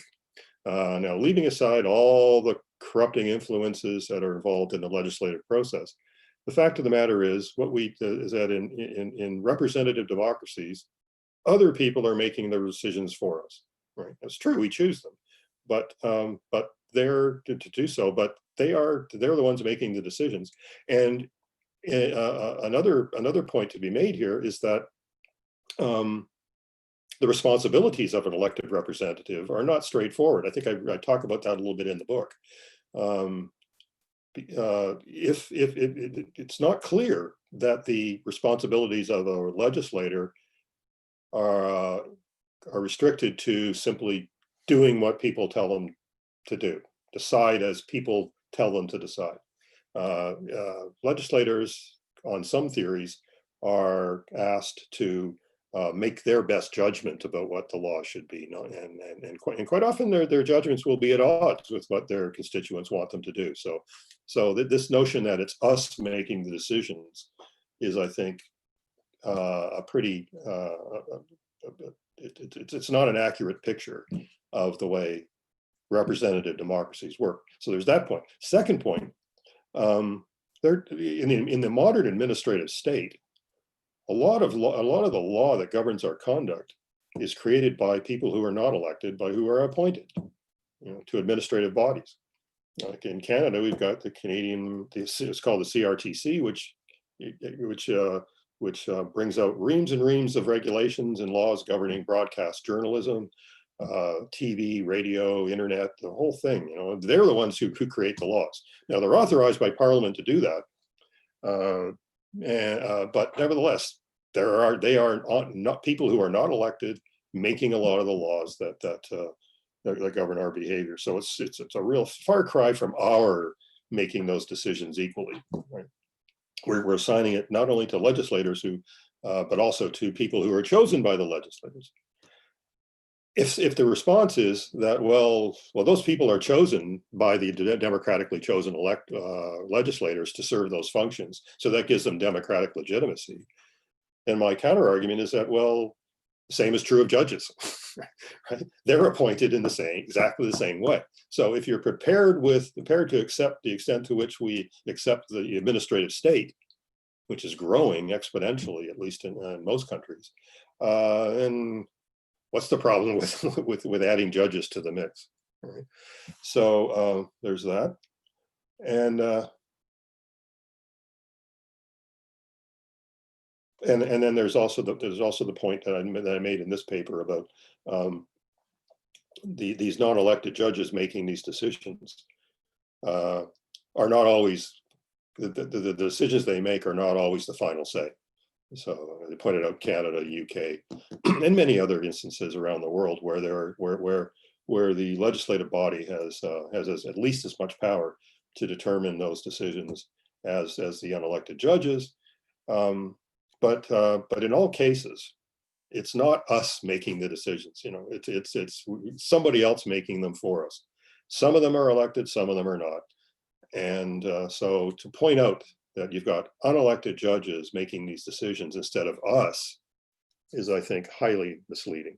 So that's part of what I and then I add in my CCM theory to try to strengthen that move. So that's my answer to Waldron, at least. Now, Dworkin, can you tell me again what your question was? To what extent is my theory similar to Dworkin? The best interpretation of a constitution should both fit and justify the legal materials. Right. Yeah. Well, in a lot of ways, my theory is similar to Dworkin's. Right.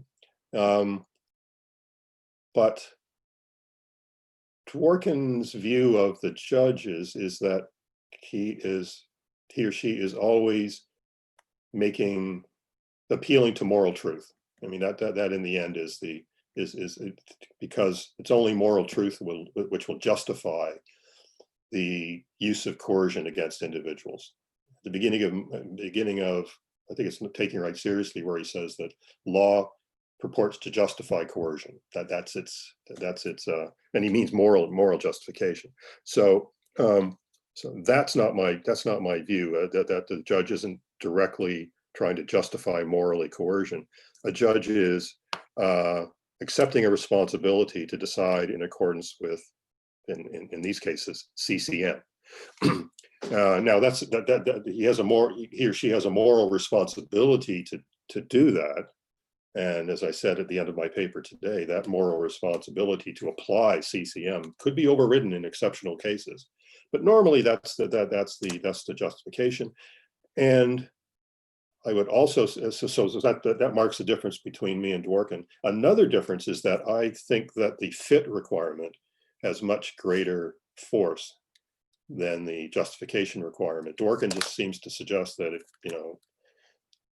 in the end, it comes down to justification, really, for him, even though he does give some role for fit.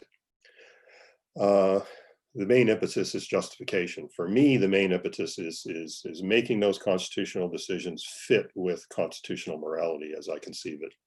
So it's so there's more emphasis on fit than justification. Now, I've forgotten your first question. Could you refresh my memory? Sure. How apply the living tree theory in a system of strong judicial review, where judges have power to strike down statutes? Okay. Well, in some respects, I've already answered that, I think, in the paper, because although I said that an obvious answer to the democratic objection is to point out that judicial review doesn't have to be like that, right? It doesn't have to be one in which the judges have the final say. And even when they do have the final say, you might have constitutional practices developing, as they are in Canada and other jurisdictions, at least in the Commonwealth, where it's what is described as a dialogue between the legislature and the courts. I mean, ultimately, somebody has to make the final decision. But if, again, it's a healthy democracy where people are making good faith efforts to apply the relevant standards, they trust each other to observe their responsibilities and limits to their entitlements to decide in a particular way, and where there are, I'll just maybe just leave it at that. In those kinds of situations, and where people are willing to defer to other bodies that they consider on the particular issue at play, in a better position to determine what should be done, that you can have a kind of a dialogue going, so that you could have, for example, in the UK, where the courts declare an incompatibility, and then what happens quite often is that Parliament will then, the next step will be to modify the legislation to try to avoid the conflict, and then it goes back to the courts, and they will either say that yes, this is acceptable, or it should be tweaked some more, and or explain their reasons why they thought that this was in fact acceptable.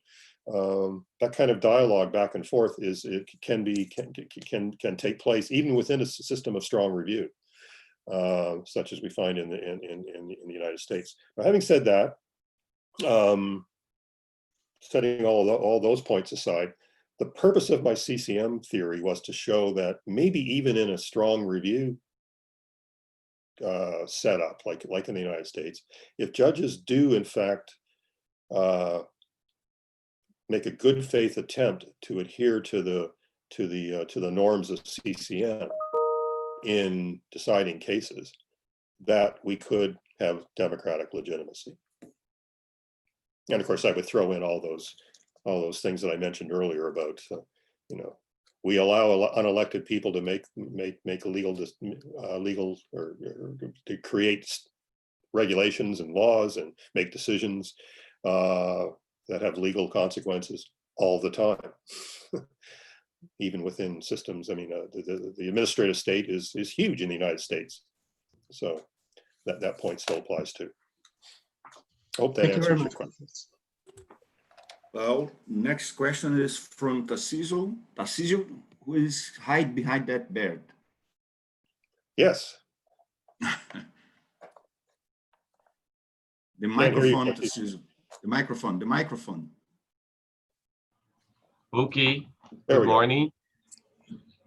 I wrote my question to go strict to the point, okay?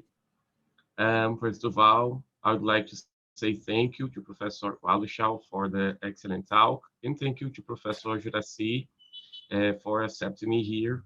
It's a really privilege to see a theory in construction in an open and good faith dialogue and conversation. So, in this third meet with Professor Waluchow, I would like to talk about, maybe we could say, a dialogue with constitutional pragmatism, something that we can find in the book, The Least Dangerous Branch, and what we can find there called the passive virtues.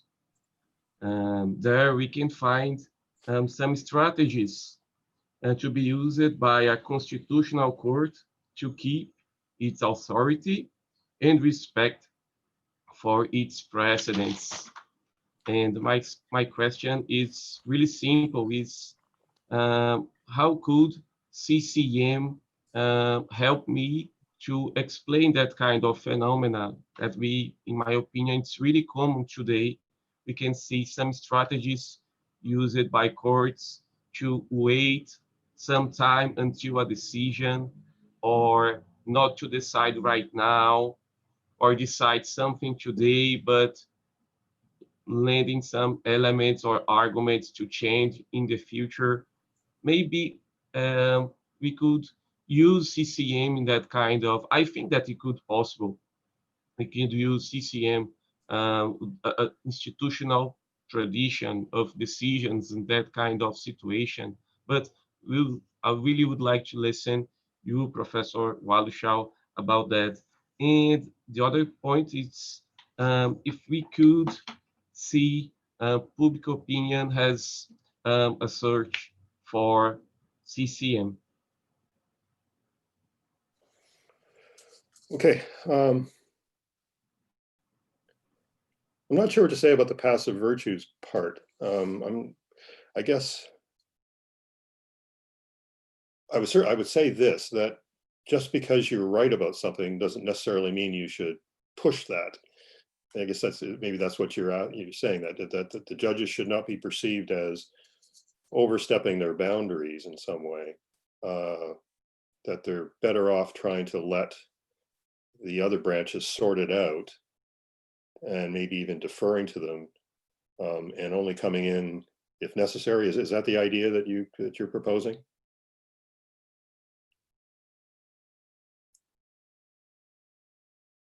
Can't hear. Microphone, Tarcísio. Microphone. Okay. Sometimes we can see, for example, the doctrine of political questions.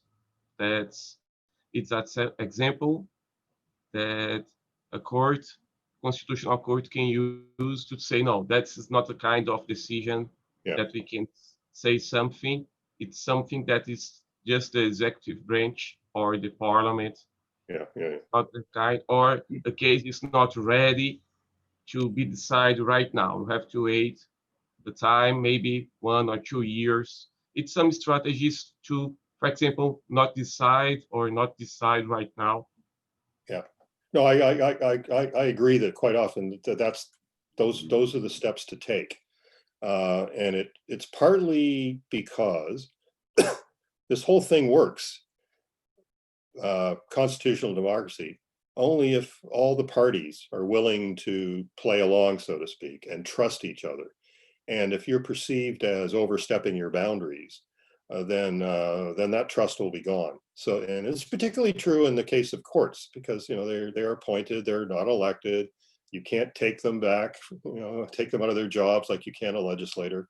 You should be very cautious in putting forward and acting on your views, even if you think you're right, even if you think that, as I said, that the legislature has overstepped its boundaries or something of that kind. You might issue cautionary or cautions without stepping in and attempting to exert your power, even though you might theoretically be entitled to do so. Those are strategy questions that are a function of the political climate at the time. and govern and are a product of the need for the judiciary to have the respect of not only the other political actors in the system, but the community at large. So sometimes it is better to defer, and relying on a political questions doctrine is sometimes a useful way of doing that. I'll give you an example. We had one in Canada where the issue came up of same-sex marriage. And Parliament actually almost begged the courts to settle it because it was a hot potato politically. No political party wanted to, jump in and assert that their strong acceptance of same-sex marriage. And on the other hand, other parties who were strongly opposed to it didn't want to appear as if they were, ultra-conservative dinosaurs who weren't willing to be, to go with the changing times. Nobody wanted to sort this out, so they actually threw it to the courts, and they invoked what's called the reference question process, which is a process whereby the legislative body can pose a question to the Supreme Court that doesn't arise in a particular case, but it's sort of like, would this be constitutional, right? So they did that. So the Parliament did that with respect to this question, and the courts just said, no, that's for you guys to sort out. Right? That's a blow. Now, it is the case, and I firmly believe that there were resources within CCM for the court to have decided, as they ultimately did down the road, that disallowing same-sex marriage was a blatant violation of the equality provisions of our Canadian Constitution. It amounted to, as our Supreme Court Justice at the time said, an endorsement of the separate but equal doctrine, because the alternative that was being proposed was that same-sex couples can cohabitate. They can be beneficiaries in pension plans, and they can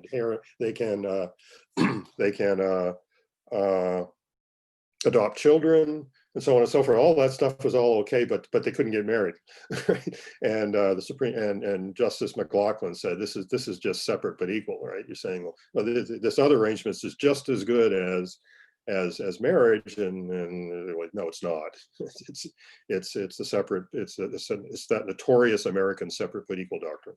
So there were the resources there for the courts to have stepped in, but they chose not to, largely because they wanted it to have the authority of a parliamentary decision, and they didn't want to be perceived as somehow settling issues that are better left to the legislature, overstepping their boundaries. So yeah, I mean, I think that just because you believe that you would be right, you would be licensed, if you like, by CCM to take this step, doesn't mean you should. All right. Likewise, as I said at the end of my paper, even if CCM clearly requires you as a judge to make a particular decision, that isn't necessarily dispositive of the question, how should you decide? Right? Because ultimately, all judicial decisions are moral decisions. They have consequences for people. And however you might like to step away and say, it's not my decision, I am just doing my job. It's like the soldiers who commit war crimes to say, I was just following orders. Right. Just as we would say, no, you are a responsible moral agent. It's up to you in the end to decide whether your duty under this professional responsibility is something you should be accepting. Likewise with CCM. So these are all strategy questions that a judge will be faced with. I'm not sure that CCM is going to help sort those out necessarily. It can, if the judge does want to make a decision that's at odds with perceived views, or the widespread views among the community and perhaps among the legislative branches. It can provide them with a basis for asserting that in fact, this is the right decision that I'm making here, but it doesn't demand it. It might sometimes be the case that even though you could take that step and be right in taking it, you know, that could be the right answer. It's not one that for strategic reasons and for political reasons you should press at this particular moment. So yeah, I think you're right that the courts, because their authority is so dependent upon the respect that people accord to the courts.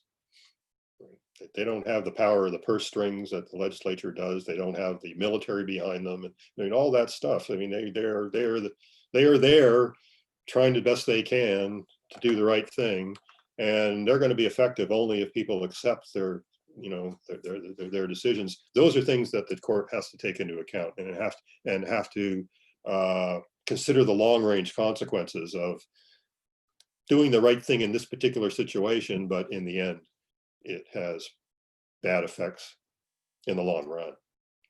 So yeah, those passive virtues are quite often ones that I believe judges should be pursuing. Does that answer your question, Tarcisio? Yes, Professor. Thank you very much. Okay. Let's go to the last three questions from Marcelo, Horacio, and finally from Nicholas, who is your translator. Yeah. He only has the major defect, Professor, that is to support the wrong football team here in Fortaleza. Oh, well, in that case, I'm not going to answer the question. So, Marcelo. Good morning, Professor. My name is Marcelo. We've actually spoke very briefly on your previous visit here. I'm not expecting you to remember. Obviously, I don't even have my picture up, but it's good to be speaking with you again. My question starts with a bit of a contextualization for it.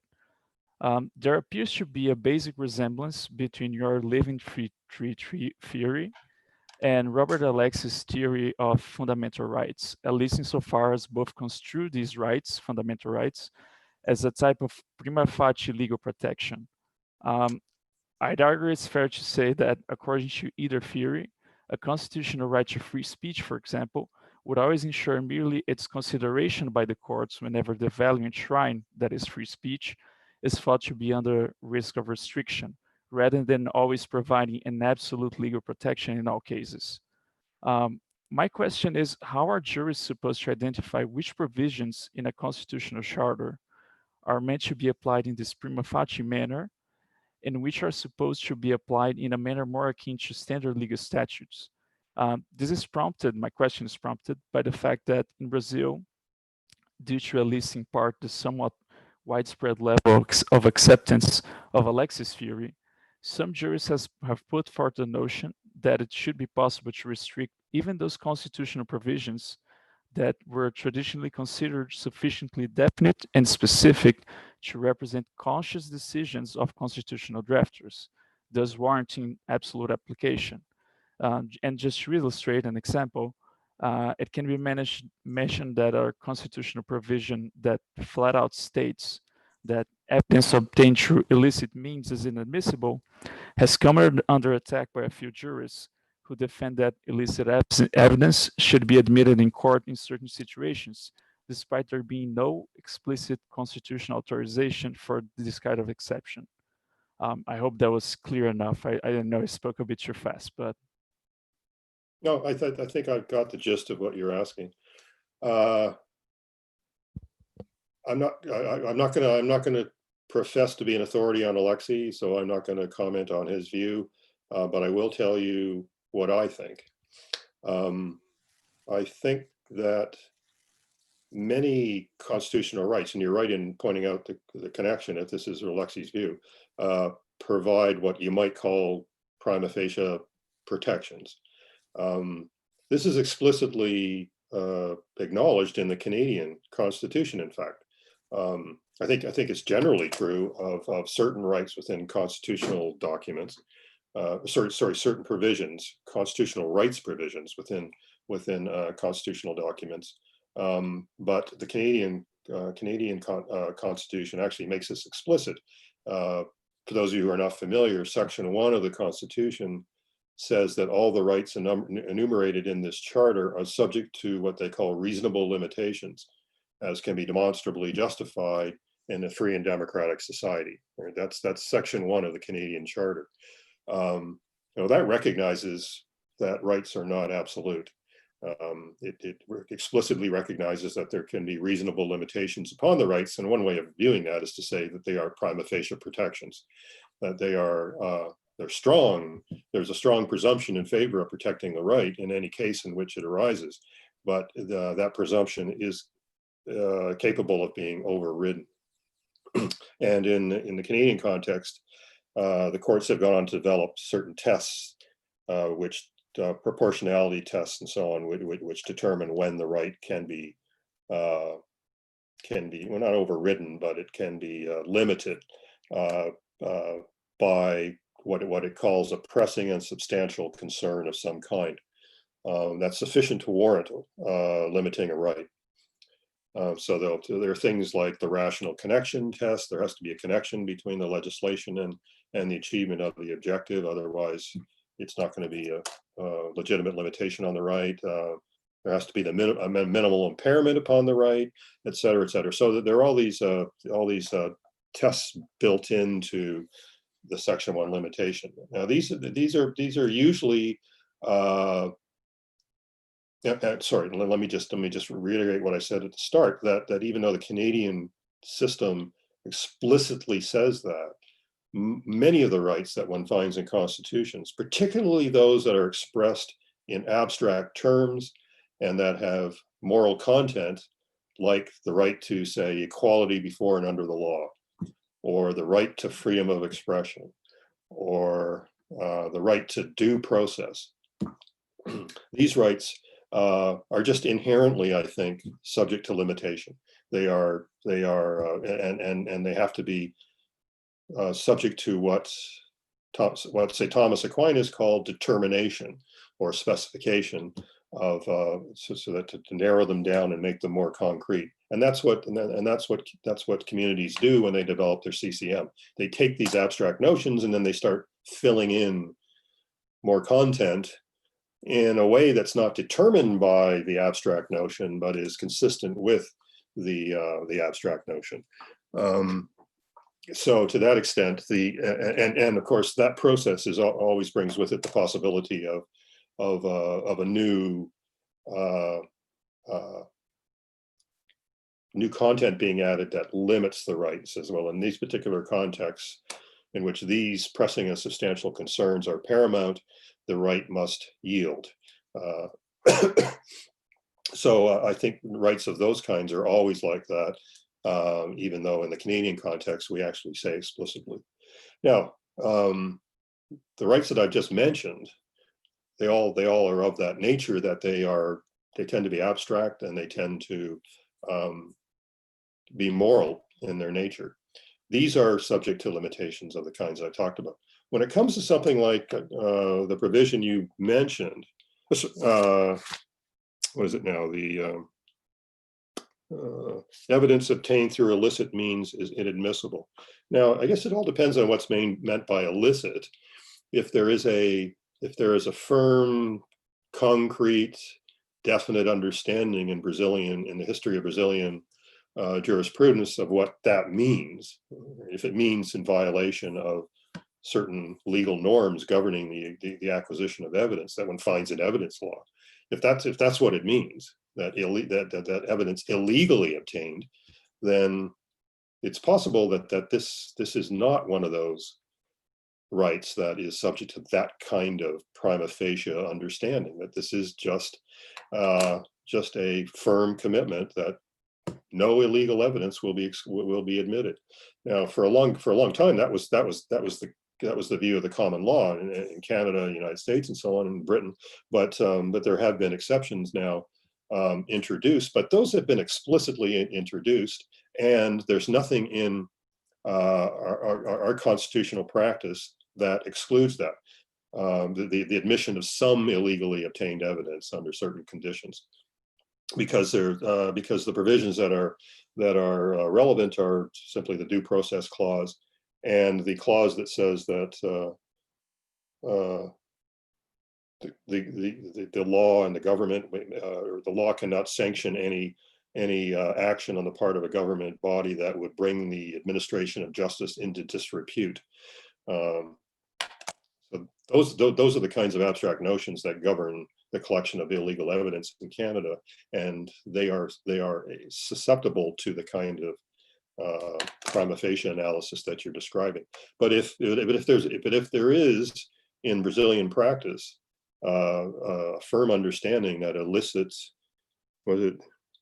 illicit means actually means illegal means in violation of law, then just by the terms of the provision, the fact that this is not necessarily a moralized provision, and it's not like equality here, it's just illegally obtained evidence will not be admissible. That seems fairly straightforward. And if there's no recognition in the Constitution itself or in constitutional practice that kind of provision is subject to limitation, then I think it's right to say that it's not limited, subject to limitation. But I don't know the specifics of Brazilian law, but I would say that in general, it's the language chosen. Sometimes the language is very specific in a constitution. There's, you can imagine some crazy scenario in which there might be some dispute over whether about the meaning of the provision, but in all but those crazy imaginable cases that only philosophers come up with, everybody knows what that means, and there's no controversy, and there's no prima facie protection going on there. It's just a hard and fast protection. The language, on the other hand, is and the practice is of interpreting it is such as to leave it open. Then I think, yeah, you're right that legal rights, insofar as they are articulated in a constitutional charter document, they're abstract and morally charged. Then they provide what you might call limited legal protections because they are subject to development in recognition of the inherent limitations that we must place on all constitutional rights of that kind. Does that answer your question? Yes, I think the answer is more or less in line with my initial intuition about the subject, in that. Oh, great minds think alike. Yeah, I didn't mean to imply that, but okay, thank you. So I thought that the problem with this particular provision is that it seems to be in something of a middle of the road type of deal, in that it's at the same time it's somewhat specific, but I could still see something of a moral content in it. Not as much as, say, a provision that says that guarantees the right to free speech or something like that. Yeah. But I think this lends to a certain confusion. But I'm satisfied with your answer. Thank you. Could I maybe ask you what maybe others, maybe Josie, you know the answer. What does illicit mean here? Does it just strictly mean illegal, or does it mean, or is it something broader than that? Yeah. What does the word illicit mean in the provision?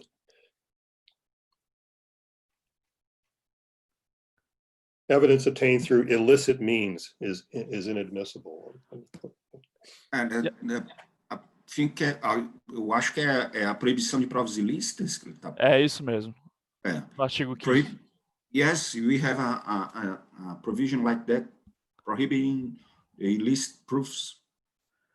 I don't think the controversy that I've seen is so much about the meaning of the word illicit.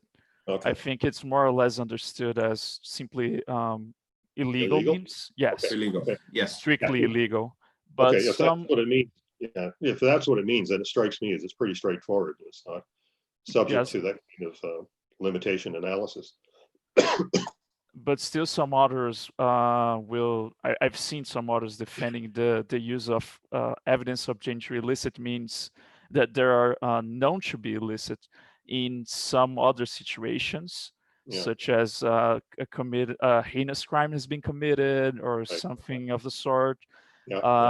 and doing that on the basis of, well, this is not a strict norm, this is a principle, which is the dichotomy that is established here between norms, rules and principles, Right. as established by Alexei in particular.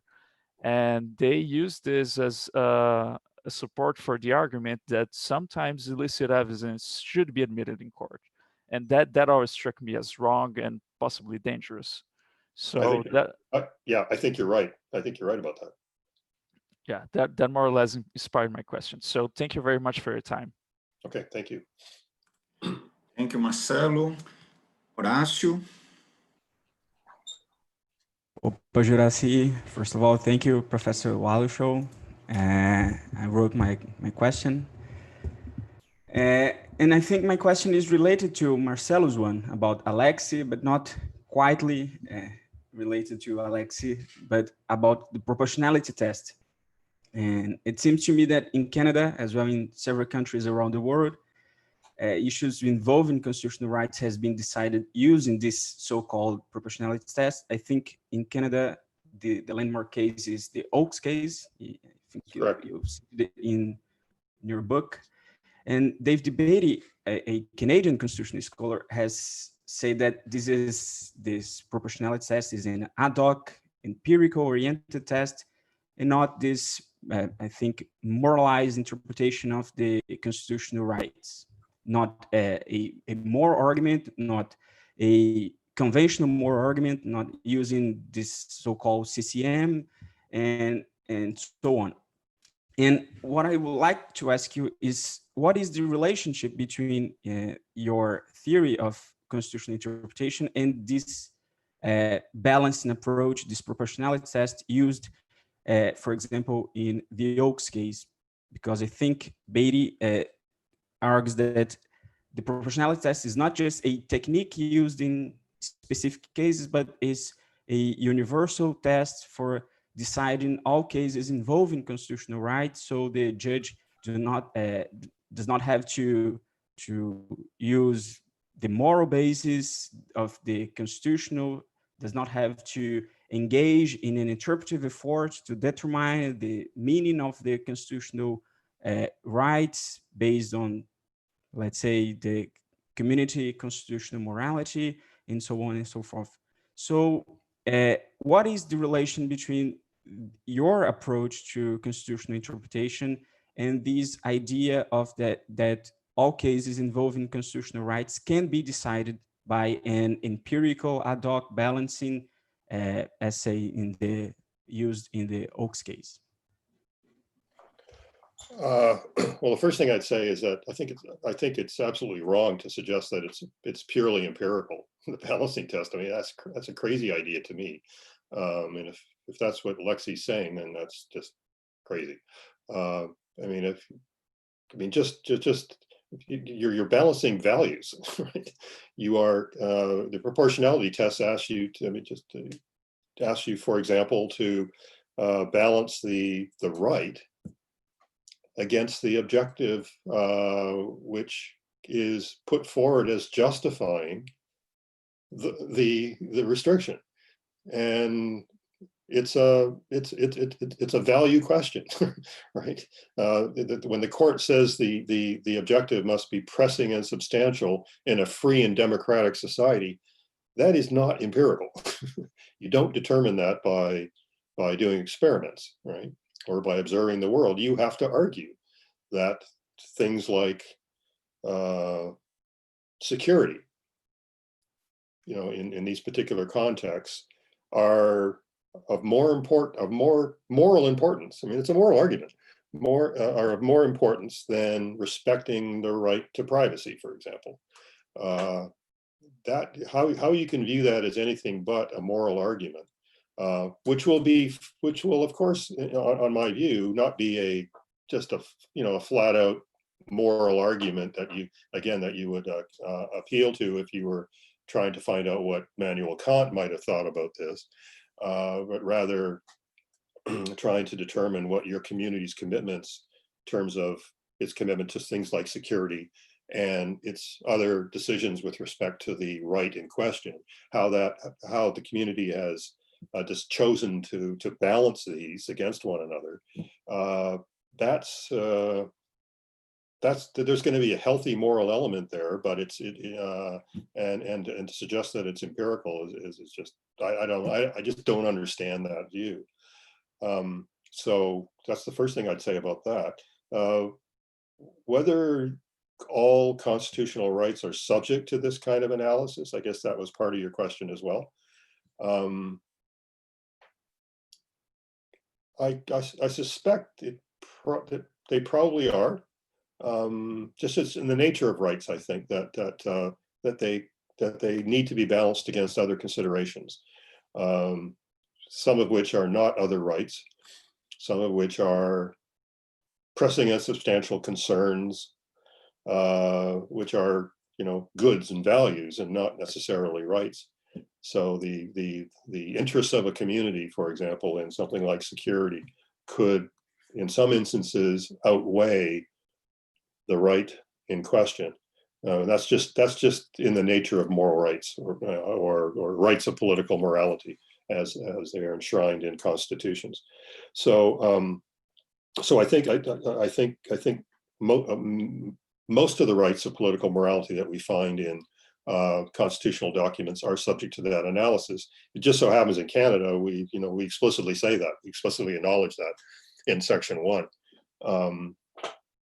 So to that extent, that's true. But having said that, I'll add what I said in response to Marcello's question, that some rights just strike me like the right not to have illegal evidence used against one in a trial. If that finds its way into a constitution, that's not subject to the kinds of balancing tests that Alexei seems to think all constitutional rights are subject to.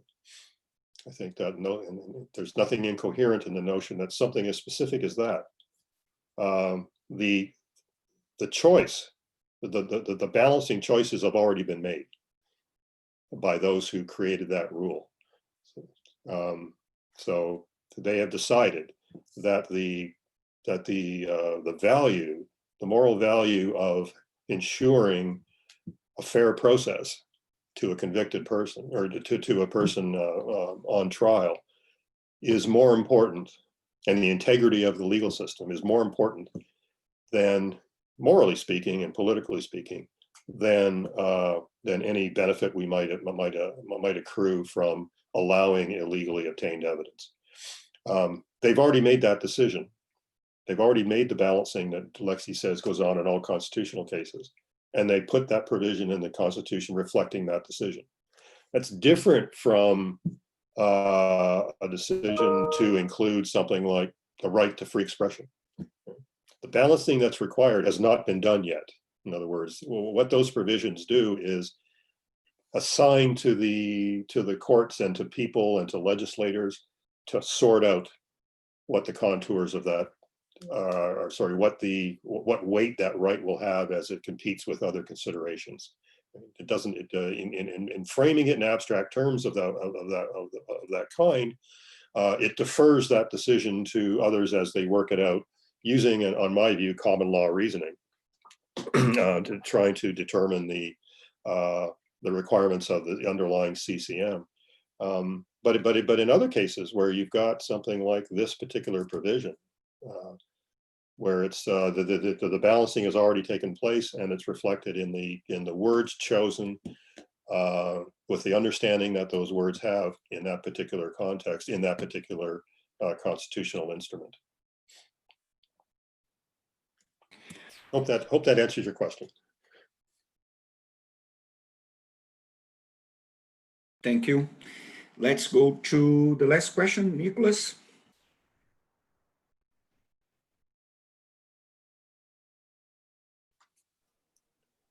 Hello, good morning. Can you hear me, Professor?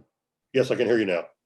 Well, thank you very much. So thank you, Professor Jurasi Modam, as well, for the nice and kind invitation for me to be here today. And thank you very much for the pleasure of having the job of translating Professor Waluchow's book, which has been for me a great pleasure.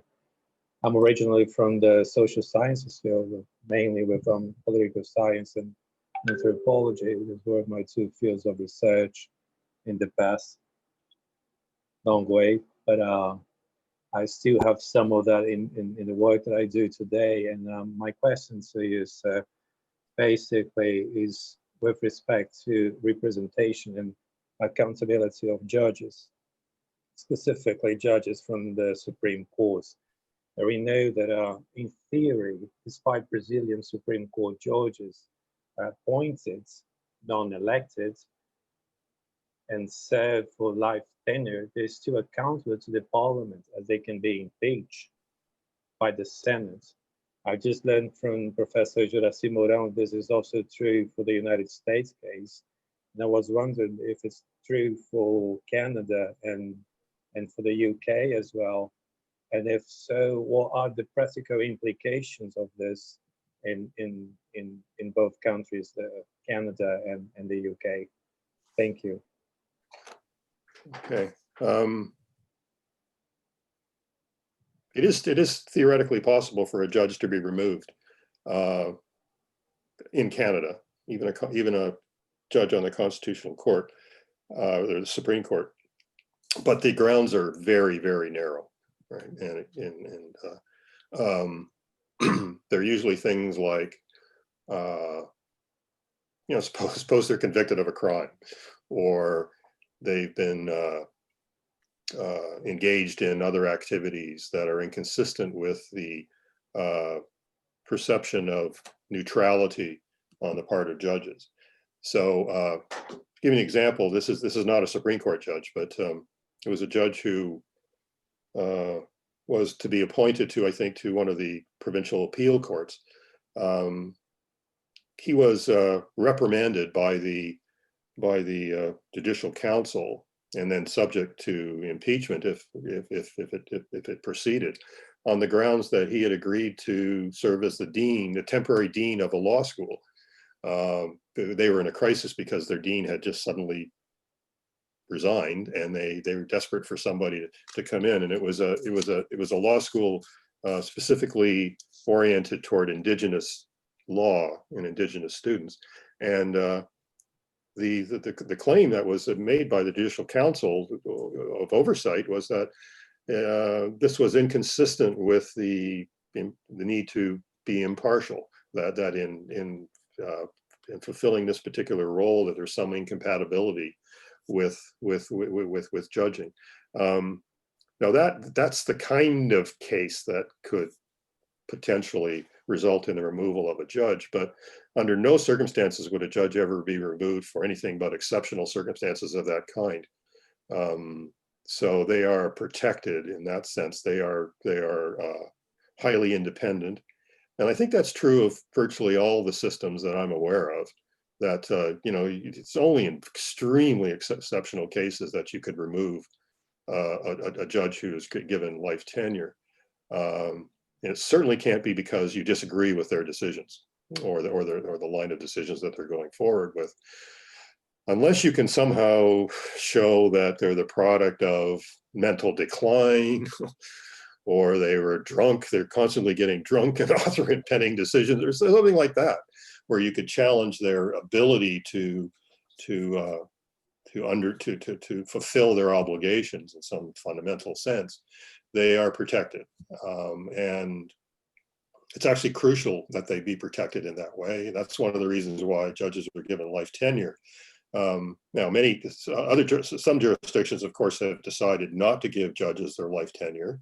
They have 8-year, 7-year terms, and then they stagger the appointments so that there's always new judges coming on. And they're not, the judges who once served cannot serve again later. So there are other ways of dealing with the issues arising from life tenure. But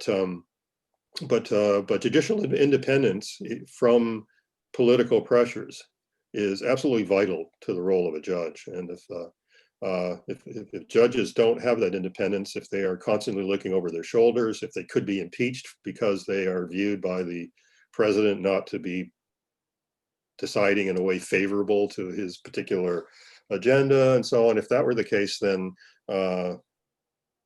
I fear that the system would come crashing down. It would, you know, as I've said repeatedly today, and as I said repeatedly elsewhere, the whole system, constitutional democracies rely upon good faith efforts on a part of everybody to observe their limitations, to respect differences of opinion so long as they're genuine and reasonable, and so on. That's usually reflected in the position that of judges that we rely on that considerably, so to finish up my answer to your question, as far as I know, it's only under extremely unusual circumstances and circumstances that have nothing to do with disagreement with the actual decisions made by the judges that judges could be removed. Does that help? Yes, thank you very much. I just want to say this is the best football club here in Brazil. No, it's not. It's not. It's the worst one.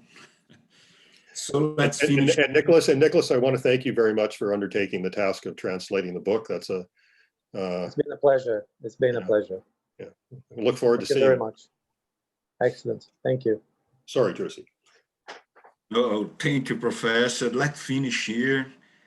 Thank you very much for your time, Professor. It's a remarkable morning for us. It's important to discuss directly to the author of the book we have been reading for so many weeks in so distinct theory. Thank you so much, Professor. I hope that we can meet together soon. Yes, I do too. I look forward to that. Yeah. So let's finish by here. Thank you so much, Professor. All right. Thank you all.